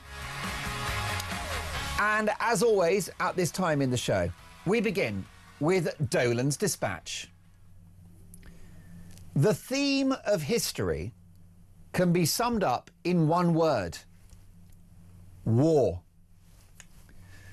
Battle, blood, expansion, territory, courage, fighting, defeat, victory. That is the story of our past, of our present, and of our future. You might have thought that 2 world wars would have cemented that idea of the importance of military preparedness into our collective memory and into the policies served up by our political establishment. You would have thought that national security was our greatest priority. The reality has been quite the opposite. Britain has retreated from the world stage and replaced military investment with an unaffordable, bloated, inefficient public sector and the ruinous cult of welfarism, with 10 million people of working age not active in the economy, many of whom instead are sat at home on their backsides, watching Sky TV, chowing down Domino's pizza, only venturing from the house to get their GP to sign them off for another few months with stress or anxiety or some other imagined ailment. And whilst the Conservatives presided over 14 years of military decline, our race to the bottom has accelerated under the leadership of Sir Keir Starmer, who's more focused on train drivers, nurses and junior doctors than the brave men and women who fight for this country, who keep us safe. Our military should be the elite of society, at the very top of the food chain. But in fact, they're at the bottom, with homeless veterans sleeping rough whilst illegal immigrants are accommodated in 3-star hotels. And with the brave men and women, particularly men who fought in Northern Ireland in the 1970s and 80s against the IRA, now being prosecuted for simply doing their job.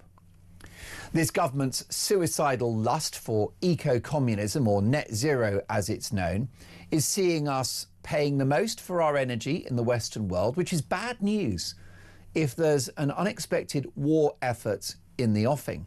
Bad news if we want to make any of our own munitions in the event of war, particularly given that we've barely got any steel now. And bad news for our industrial economy, which, like our military, has been emasculated in recent years.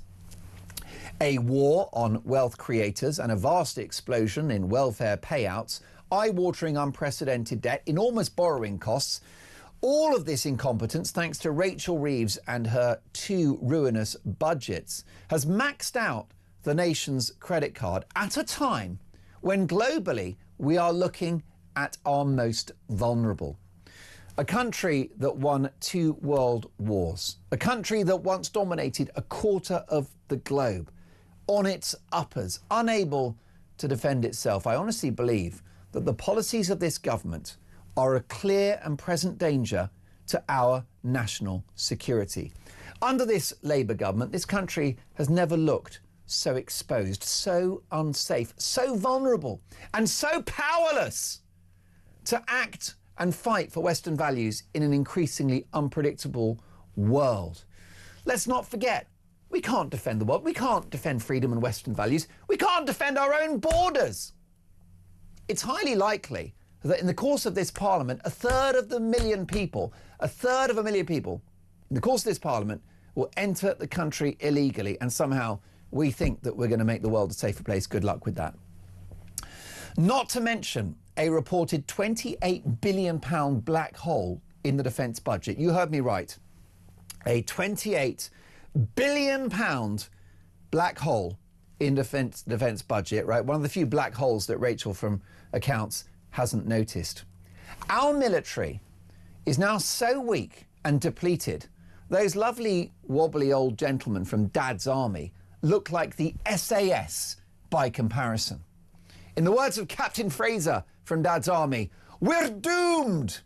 Seriously, folks, who do you think you are kidding, Mr. Starmer? 9 minutes past 9 on Talk Breakfast. Let's get reaction to Dolan's dispatch. Particularly call me if you don't agree, 03444991000. It's all about opinions. No one gets cancelled on my watch. Georgina is in the capital. Good morning, Georgina. Welcome to Talk Breakfast. Good morning, Mark, and a Happy New Year to you. I haven't spoken to you this year, so Happy New Year. You too. I wish you every blessing for 2026. Health, wealth and happiness, Georgina. You always make me happy when you call because you say it like it is. I'm asking our viewers and listeners today, are Labour's policies a threat to national security? What do you think? Well, I'm going to take a moment of your time just to let you know what I think, Mark. As far as I'm concerned, there is no bigger threat to this country than the present Labour government. They are our biggest danger. Along with prior governments, they have allowed our military and our defences to diminish to such an extent that we are no longer in any position to defend ourselves. For goodness sake, we don't even have the funding to man our own borders, and yet they still want to spend on pie-in-the-sky ideologies like net zero, DEI, and most recently they want to spend $1.8 billion on bringing in this Orwellian digital ID nonsense, as well as the billions that's being spent every year on the ever-increasing welfare bill, when in reality they should do what the first and foremost thing they should be doing is to ensure our country and our people are safe within our borders. This, after all, is the first rule of government. Our country should always be war-ready, Mark, not because we want war, but because having our defences and our military on point is the best deterrent against war. As it is, if we were to be attacked, we wouldn't have the capability to defend ourselves, feed ourselves. We wouldn't even be able to have our own power. We would be in total chaos and at the mercy of others. Instead of this, they still fumble in the dark about how much GDP they are going to give to our defences, when we as a country have never been in such a defenceless state. We have no sufficient army. We certainly don't rule the waves anymore. And at one point, they were even talking about getting our next fighter jets from Russia. Britannia has, in essence, been made redundant by this socialist government. They are allowing radical Islamists into the bosom of our country with open arms, when even Muslim nations like the UAE and Abu Dhabi won't have them within a farmer's mile of their countries because of the threat they pose to their country and their people. These countries are well versed on the dangers that these Islamic radicals and the Muslim Brotherhood pose, but our government offers up like lambs to the slaughter, totally ignorant to the danger that these people pose to our nation and our people. What you see happening in Iran today, Mark, will be coming to the United Kingdom tomorrow if we do not address this very real and present danger, as now we not only have hostile nations that wish to do us harm from overseas, but this government has also allowed the enemy within. So it's never been more urgent for us as a nation to get ourselves war ready. You mentioned the UAE, and the Vice President of the United States, J.D. Vance, posted the following on X. I'm delighted to say, Georgina, I'm able to quote from X at the moment before Sir Keir Starmer cancels it. So let's enjoy all of the authenticity and truth from this social media platform before it's taken away from us. And this from Visegrad 2024, who have written the following, Georgina. The United Arab Emirates announced it will cut funds for citizens who want to study in the UK out of fear that students will be radicalised by Muslim Brotherhood Islamists on British campuses. So this is an Arab nation that won't allow its kids to study in Britain because they'll get radicalised here. Well, this news came out about 2 weeks ago, Mark, and they are very wise because Britain now is a radical nation. We have more Islamic radicals here than they have in the Muslim countries. They're sending them all over here because they are being welcomed with open arms. And remember, this is why this socialist government is taking away our voice, because if they give us our voice and our vote, then we won't vote for the socialists. That's the whole point of it. We need them out of office. We need them gone. They are the biggest danger to our country and our population. And the sooner they're gone, Mark, the better for us all. Georgina, are we not allowing the Tories to walk away scot-free given 14 years of economic and also military decline? Well, when I first started talking to you, Mark, I said the Labour government and prior governments. Yeah. I'm well aware that the Tories did us no good. It all started with Blair, yet another Labour man. Then it went on, and then Boris with his wave of immigration. He's done us no good. These people have got a lot to answer for, Mark. A lot to answer for. Georgina, I look forward to many conversations in the year ahead. Wish you well for a happy 2026. Joan is in Sunderland in the northeast.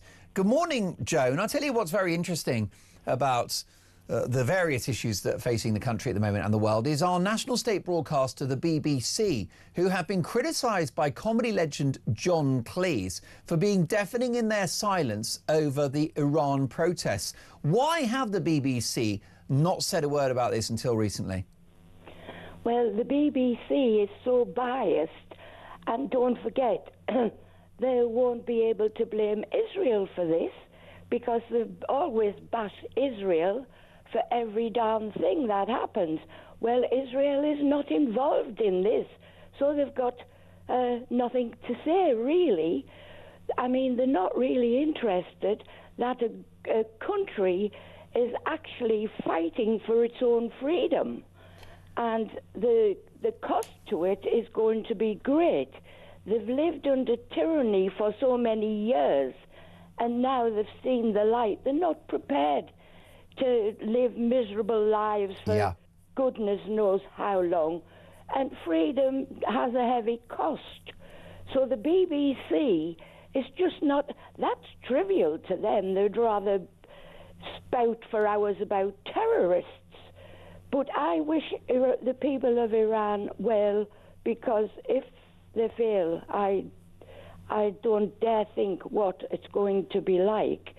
But not only that, there's a saying that rats escape a sinking ship. Some of those rats in that government, to save their souls, will be hot-footing it through to Calais to come over here in these little dinghies, and the people in this country need to wake up. We've got sleeper cells all over this country waiting to do us harm. And as I say, when you think Iran has funded Hamas, Hezbollah, maybe Boko Haram, every terrorist organisation, its poison permeates.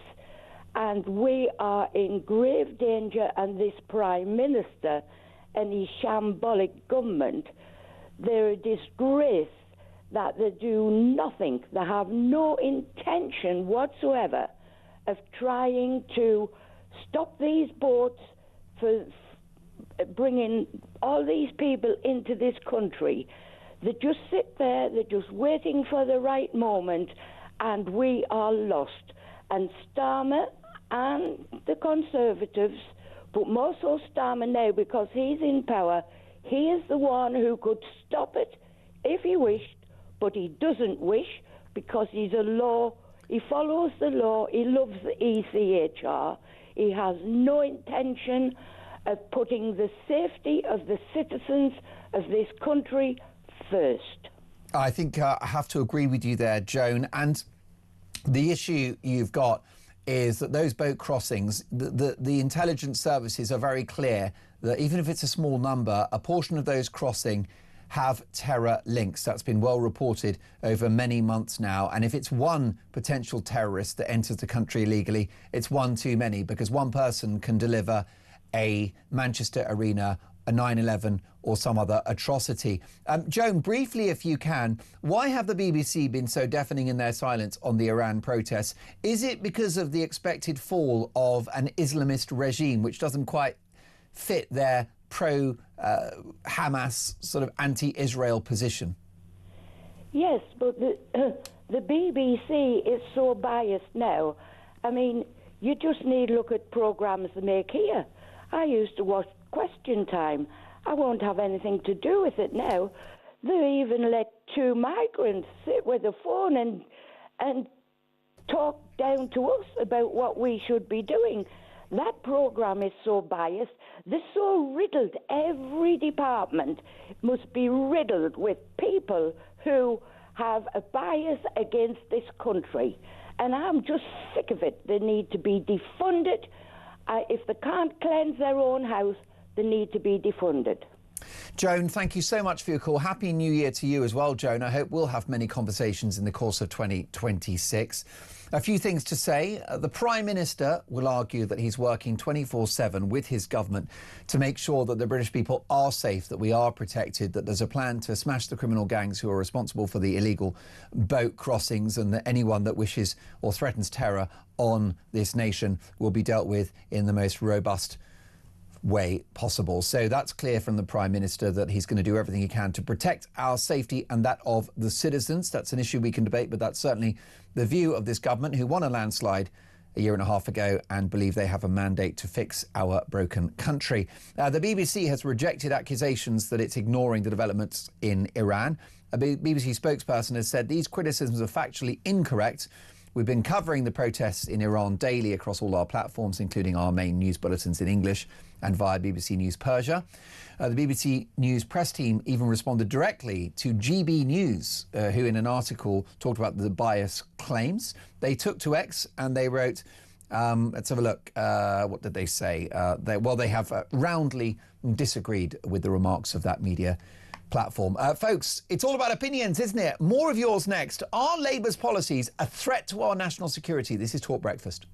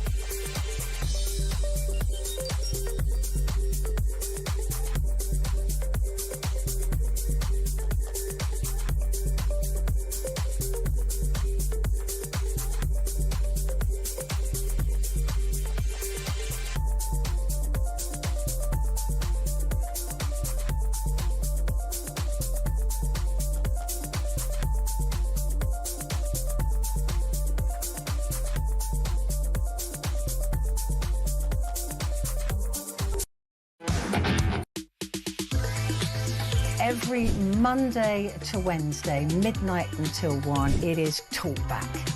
Such a shortage of housing. You've got landlords, right, are taking that on board, and it's an absolute disgrace.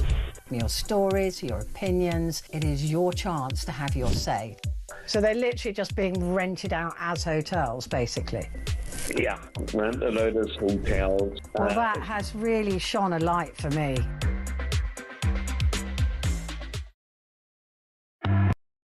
Across the UK, on DAB+,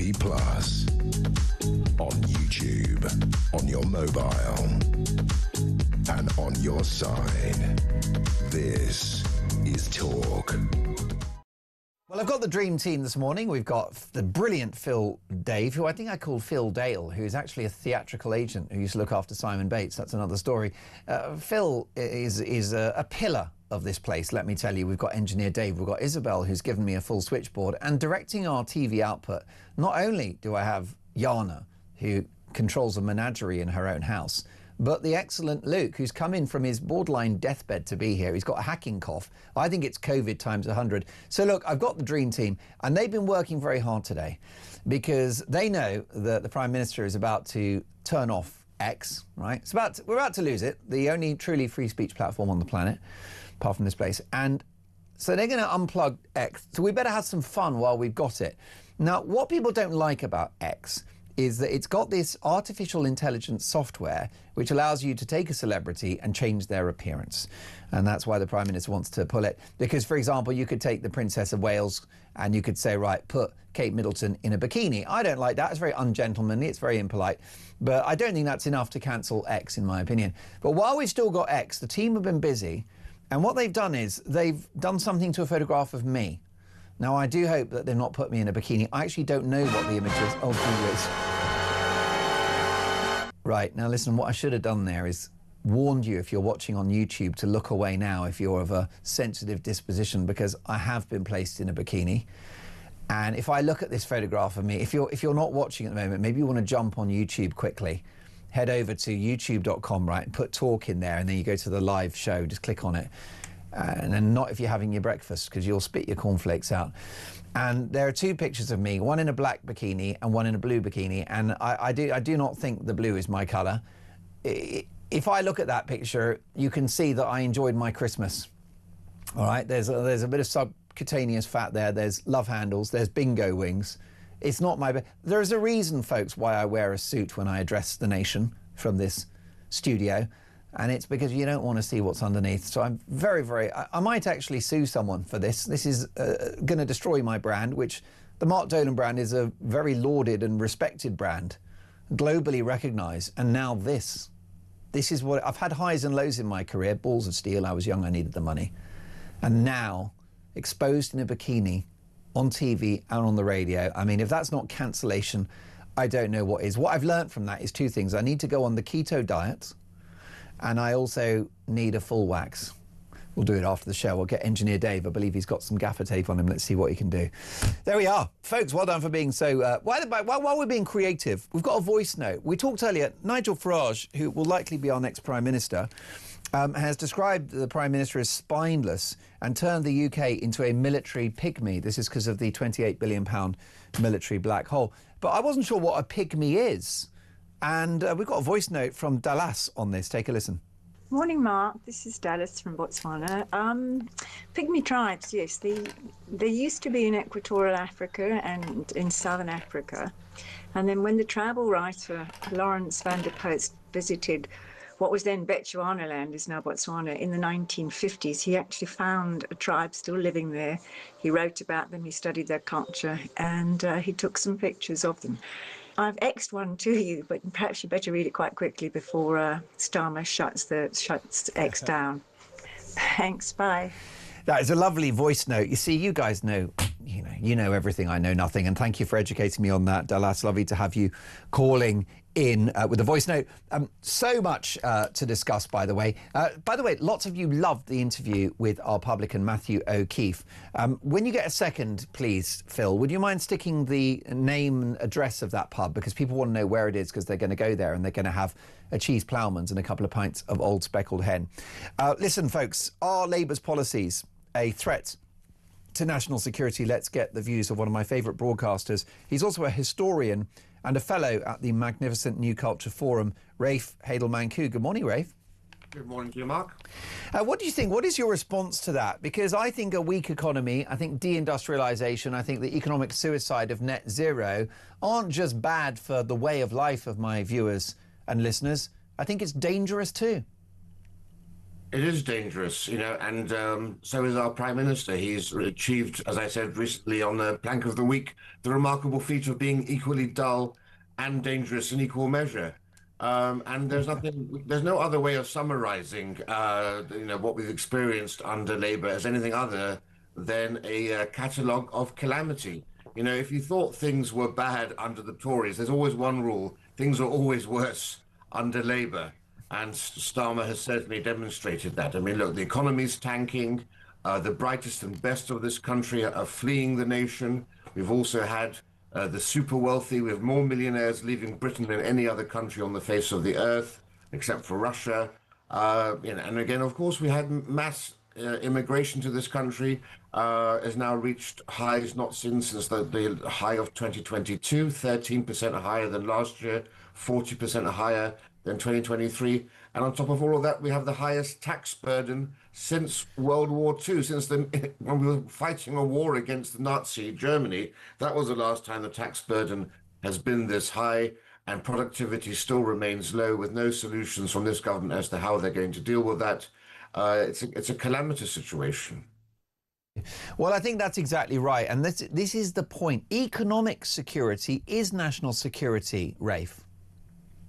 Absolutely. And that is, of course, the first role, the primary role of a government is to defend its people. And that, of course, means building in security and resilience. And nothing has been done on any of that front.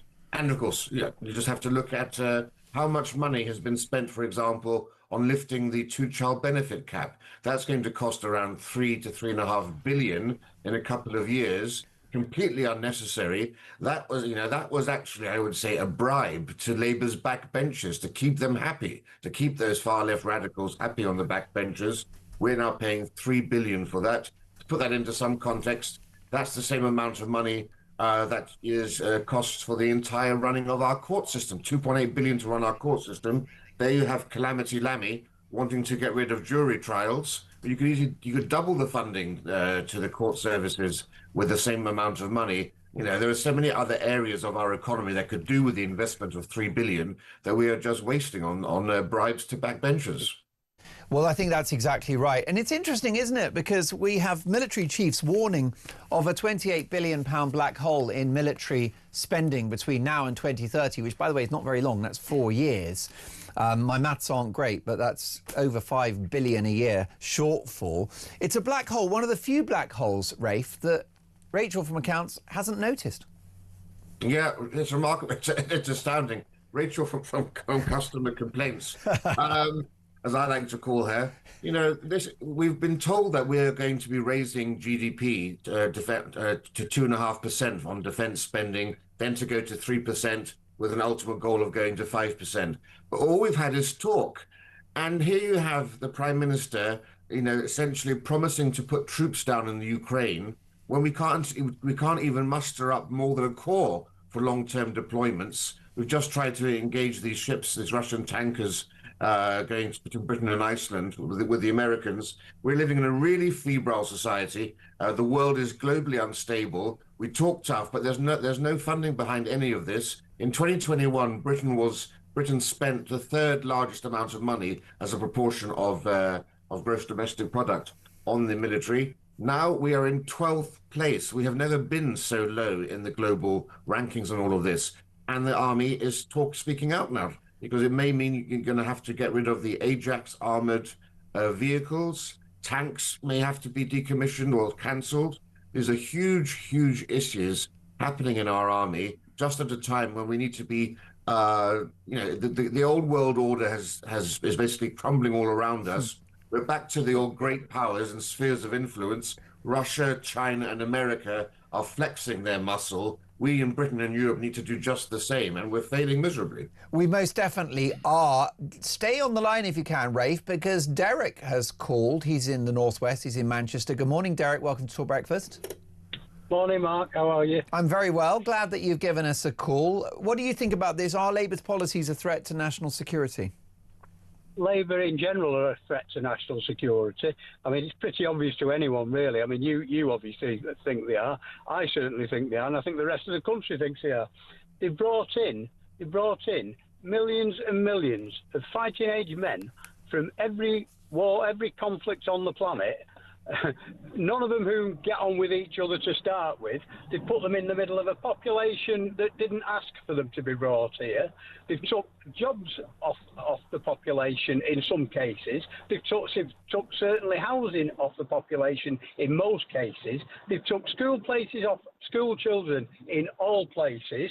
You know, surely that is breeding conflict, and it's making the country very insecure. I would put it that this government, the last government, and even the previous government to that, certainly started under Tony Blair, are all guilty of treason and should be held accountable as such.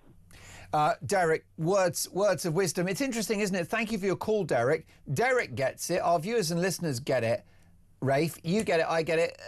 Those who govern us do not. Oh, they get it. But you have to understand, we are now led by people who actively loathe traditional Britain. They hate this country, they hate our past, and they are essentially trying to erase our history, denigrate our heroes, destroy our institutions. We've experienced this long, slow march through the institutions, the government, civil service, our cultural institutions, our museums, our universities, our schools, HR departments now through all of our corporations, all singing from the same hymn book, that Britain and the West are bad, that everyone else, their culture is more important than our culture. There's no problem with essentially fundamentally changing the nature of Britain. I say that Britain is now a post-revolutionary society. We've already had the revolution. Revolutions don't require red flags flying from rooftops and mobs in the streets.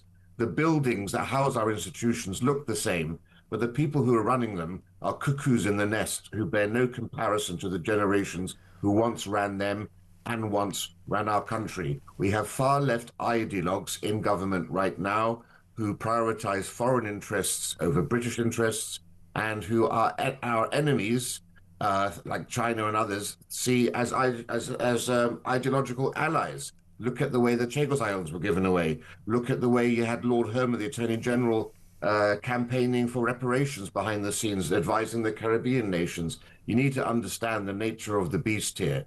Mass immigration was the greatest act of harm in our history. I would say that the mass immigration we've experienced in the last 25 years has been far more consequential than the cost of fighting the Second World War. And we know why the Labour Party did it. The Labour Party did it, we know, because Andrew Neither, the speechwriter to the immigration minister under Tony Blair, said that they wanted to rub the right's nose in diversity. Yeah. And Peter Mandelson sent out search parties to find immigrants, because ethnic minorities at that time, 80% voted for the Labour Party. And by so many people, you would essentially have a new demographic. Most definitely, and it's damning coming from your good self, Rafe, because not only are you a proud Brit, a great patriot, a historian and broadcaster, you're a man of ethnic background, and you believe that mass immigration has destroyed this country. I share your view as the son of Irish immigrants myself, and that's why I believe that if there is a political revolution at the next election, it will be on the strength of a multi-ethnic vote of many Brits of all backgrounds, colours and races who have had enough with what's happened to this country. Rafe, please stay with us.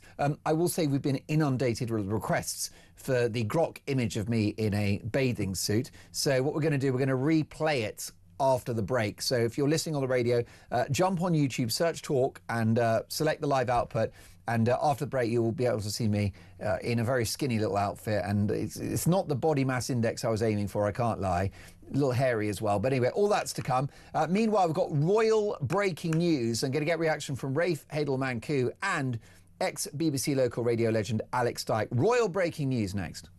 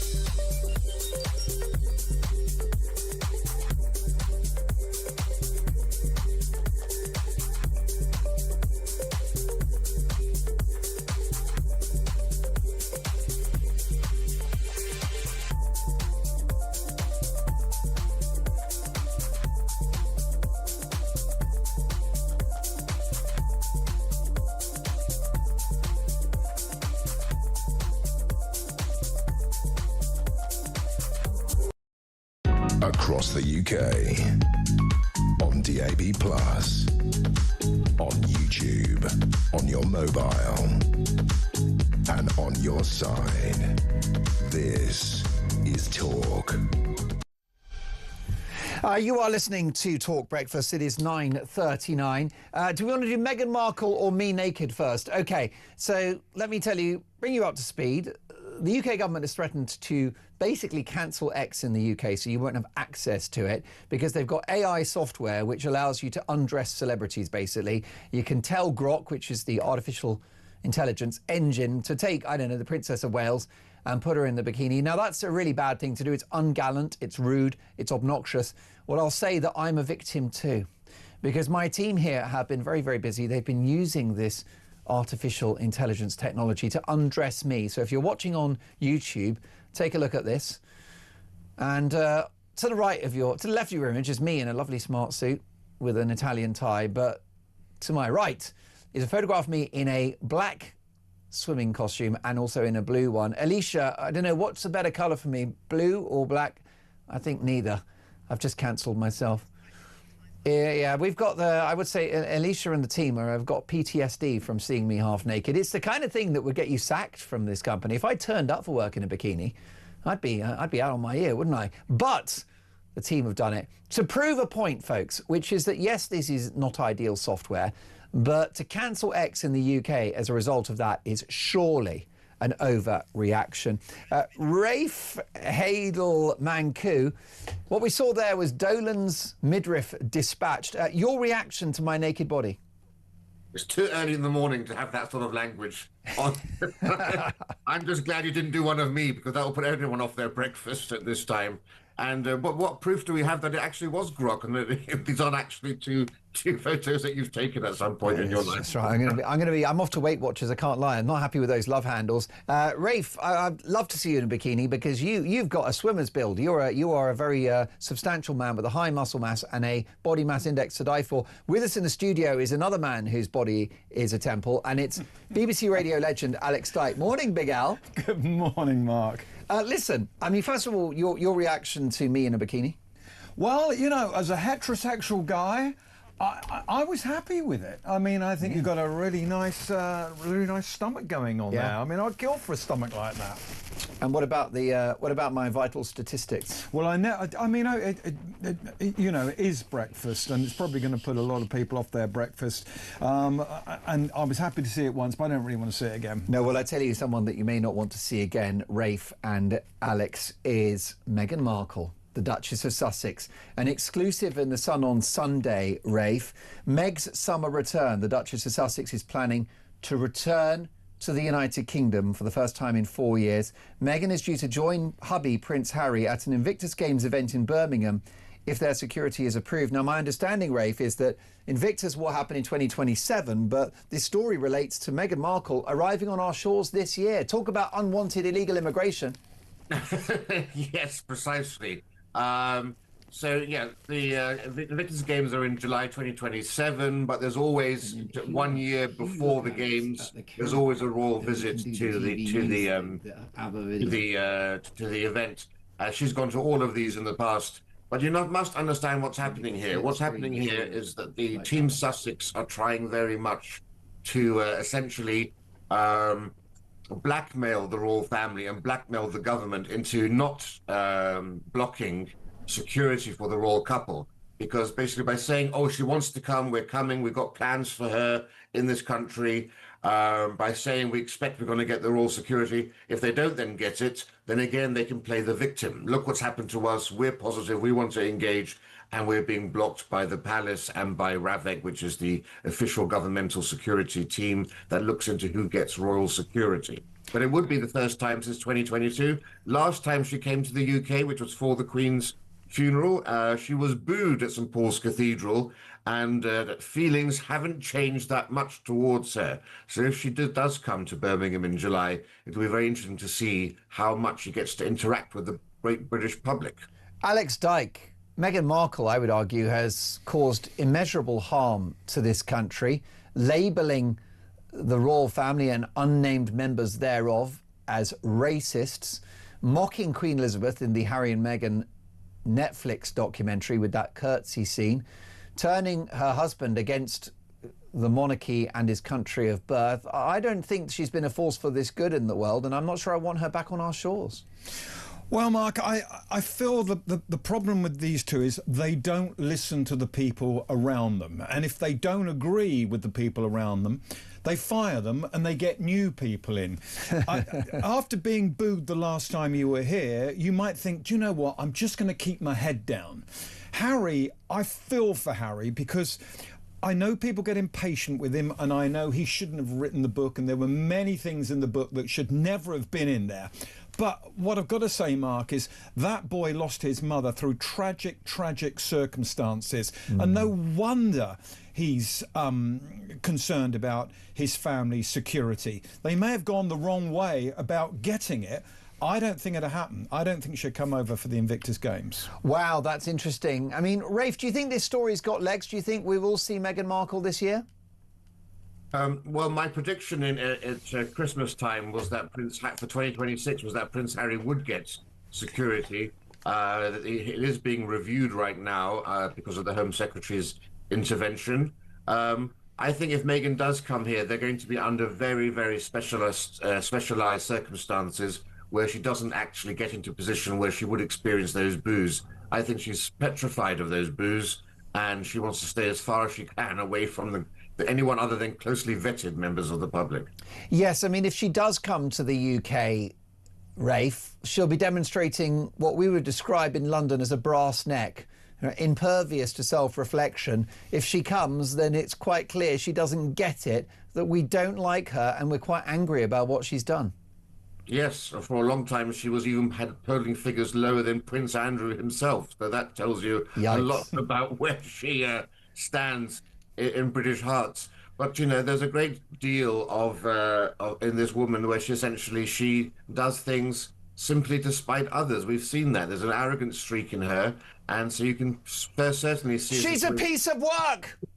The thing is, though, guys, the thing is that I don't think she'll come. And the reason I don't think she'll come is because those boos, if they happen, will go all around the world. And that is no good for her already suffering damaged brand. But there's a big issue here, you know. There's all this talk, oh, we can't come to the UK because of the security. You know, the King has only seen his granddaughter Lilibet once in his life. Now, there is the Queen Elizabeth, when she was alive, she would go to America all the time on private visits to Kentucky to see horse dealers there and so forth. There's no reason that the Sussexes couldn't go to Balmoral on a private visit. Nobody would know that they had been in the country. They could have met with the King and they could have left, and no one would have been any the wiser about it. This has all been a big excuse, in my opinion. Rafe, I'm not your only fan. You actually have a gazillion fans. Michelle in Altrincham, good morning, Mark. Great show as usual and a very happy new year. Rafe Hadel calls it exactly as it is. Rafe, come and do that again for us really soon. Always a privilege to have you on the show. Rafe Hadel-Mancu, broadcaster, historian, fellow at the New Culture Forum. This is a headache for King Charles, though, isn't it? Because we've had all the drama of Megxit, the couple leaving. Now it looks like they want to come back. Yeah. Obviously, I think Harry wants to lick his wounds and come back. I think he realises that he's made a huge mistake. To put it all out in a book on paper, for it to be there forever and ever and ever, and of course online, it's going to be there for his children, his grandchildren to read.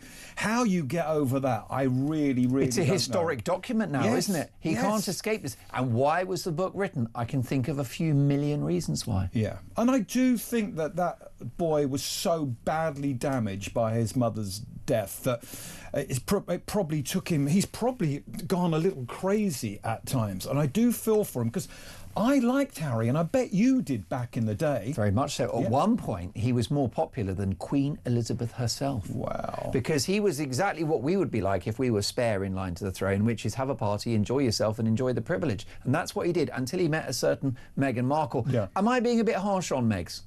Well, I've seen your YouTube channel, Mark, and at times I think maybe, yes, just a little bit, but I can see why she infuriates the British people. And, you know, there are a lot of royalists who would like their Harry back, but I don't think they want their Harry back with Meghan. This is Edward and Mrs Simpson all over again.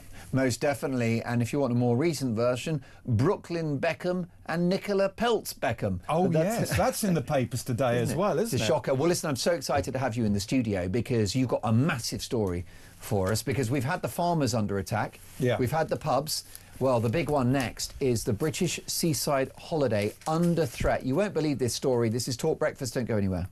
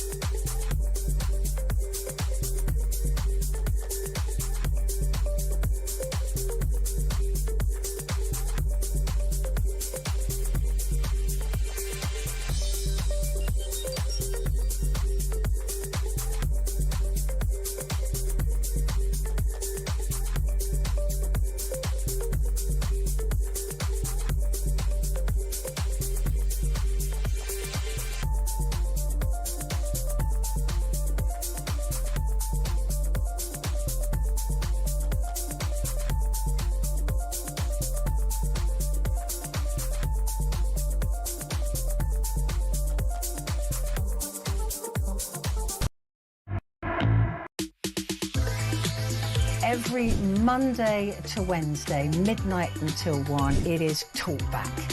Such a shortage of housing. You've got landlords, right, are taking that on board, and it's an absolute disgrace. Your stories, your opinions, it is your chance to have your say. So they're literally just being rented out as hotels, basically. Yeah, rent a load of hotels. Well, that has really shone a light for me. Across the UK, on DAB+, on YouTube, on your mobile, and on your side. This is Talk. Let me tell you that we've had a full switchboard, and I would love to have got through all those calls. There are just only so many minutes in 4 hours. My thanks to Jim in Lancashire, who wants to talk about overseas aid and the fact that it's about MPs going on posh trips. You're absolutely right, Jim. Herbie in Harrow, this government will lead to civil unrest. Adelina in Bournemouth, who is concerned that no one's talking about what's happening in South Africa. Peter in County Down on the BBC, Donald Trump's only crime is to help Iranians. The corporation don't like it. Tony in West Sussex, it's impossible for X to be cancelled. Pete in Doncaster, how much longer until Britain goes the way of Lebanon? And Tony in Lancashire, why did money for benefits not go on defence. Right, those are all the themes that you've called about. I've not had a chance to get to those calls, but next time on my air, which will be Friday, I shall prioritise your feedback. Live in the studio now, BBC radio legend Alex Dyke. And Alex, we've seen, haven't we, this crisis in hospitality, the Great British Pub, which I'm sure you're a fan of pubs. Absolutely, yeah, and I saw that chap you had on earlier. Matthew O'Keefe, yeah. Defending the Royal the Standard of England. But there's a story today in The Sun on Sunday, Mark, and it's on page... I don't know what page it's on because I've ripped the paper. It's on page 8. Right, yeah. Seaside is sunk. Did you skip past page 3 or not? I didn't even notice. I'm not sure it's there anymore, actually. Oh, it's you in a bikini. Anyway, business rates killing off the Great British Hotel. So, and Great British Holidays. So listen to this. Hotels, guest houses, holiday parks, camping sites, pubs, chip shops, amusement arcades, trampolines, shops and restaurants all affected. That's waiters and chambermaids and taxi drivers and chefs and handymen and all those kind of people have all been hit by the Labour credit crunch. So energy bills have gone up, jobs tax have gone up. These places are already suffering big time. So I'm urging people to holiday here in the UK for summer 2026. Let's hope we get a heat wave. But what these people are pleading is that Rachel Reeves will give them some help with business rates. There are 300 seaside resorts in Britain, from Blackpool, Brighton, Bournemouth, Scarborough, Skegness and Shanklin on the Isle of Wight. And these people need our help, but more importantly than that, they need Labour's help. Rachel Reeves has got to help these people. She's got to. It's like the pubs, which is critical infrastructure, isn't it? You know, it's community hub, part of the economy as well. And it's true with the B&Bs and the hotels. They employ young people. And like you said, the best thing you can do, if you can, is go on holiday in this country, which I'm certainly planning on doing this year. Because what happens is you get your hotel room, which then is much needed income for the hotelier. You drink in the local boozer, you have a lovely pub lunch, you buy some ice creams at the ice cream seller. Postcards, T-shirts, all of that. Kiss and you me maybe, quick hats. But well, let's not get carried away. And the other thing that you do is you maybe find some local fashions in the town, but the point is you put the money back into this country. Yeah, and you're not paying airport tax and you haven't got the stress of going to the airport, particularly if you've got a young family. And I think there'll be people who want sunshine and they want to go to Tenerife and places like that. Well, maybe have a mini break in the UK, because these people are really, really suffering, and it's awful for them. Times are hard enough. If we could give them a few quid each, it would make a big, big difference. Most definitely. It's just a lovely holiday, and you can even, I mean, our trains aren't too bad. You can get the train to some of these places. You can also jump in the car if you've got one. You can hire a car. But in the end, as you say, compared to the airport stress, cancelled flights, all the rest of it, it is the right thing to do. It's a bit like when you go to the supermarket and you buy British. There's nothing wrong with that, is there? Talking about that, that's a really nice lead-in to this. This is a fun story. Unintentional. I'm not that good, sadly. Well, this is from the Star on Sunday, and this is, do you remember the word iconic is used far, far too much, but the iconic blue and white striped Tesco plastic bag. Of course I remember. Right? So they're worth a lot now. So if you're nostalgic about supermarkets, and some people actually are, Mark, then these bags are going for a lot of... Some of these bags are 40 years old and they're going for a lot of money on eBay and Vinted. So Tesco were bringing back the blue and white stripes. I'm so glad to hear that, because it's a real retro look, isn't it? What would you say, sort of 1970s style? Yeah, 70s into the 80s. I thought it was quite a fun story. And some of these bags are going for... There's one here that went for £5.50. It's absolutely ridiculous. And I bet you those bags work properly, because I've got a local supermarket and they have these rather environmentally friendly bags, which is fine, but the thing collapses. And I might be because of all the bottles of Jacob Creek, I don't know. But the bottom line is that some of the bags now are quite flimsy. In the old days, carrier bags didn't break. No, they didn't. But they were no good, obviously, for the environment. And but none of us like going to the supermarket, do we? And paying for those bags. They were free for 50 years. And I went into my local supermarket the other day, and they were 40 pence. 40 pence for a plastic bag. It's a scandal. It's a daylight robbery. We're being had, aren't we? And they call it all in name of the environment. Phil, I've got to get the read. Here it goes. Listen, I'm very excited about this. Time now to find out how you could be in a chance of winning a trip of a lifetime to San Francisco, USA. This is a dream trip to America. Talk is giving away flights, a 3-night stay at a 4-star intercontinental hotel, £2,500 worth of spending money, plus tickets to the Super Bowl to top it all off. San Francisco, flights, hotel, $2,500, Super Bowl. Here's how you enter.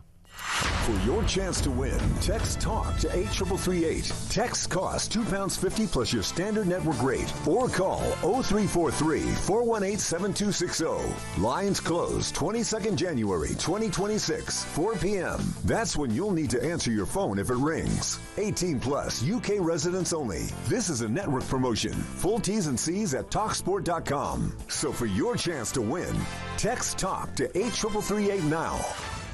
I'm going to try to do is... oh, look, there you go. We're talking so much. 9:58. Alex Dyke and Alex Phillips are in the studio. And I'm sorry, I pointed at you when I said Dyke, and it's very, very confusing.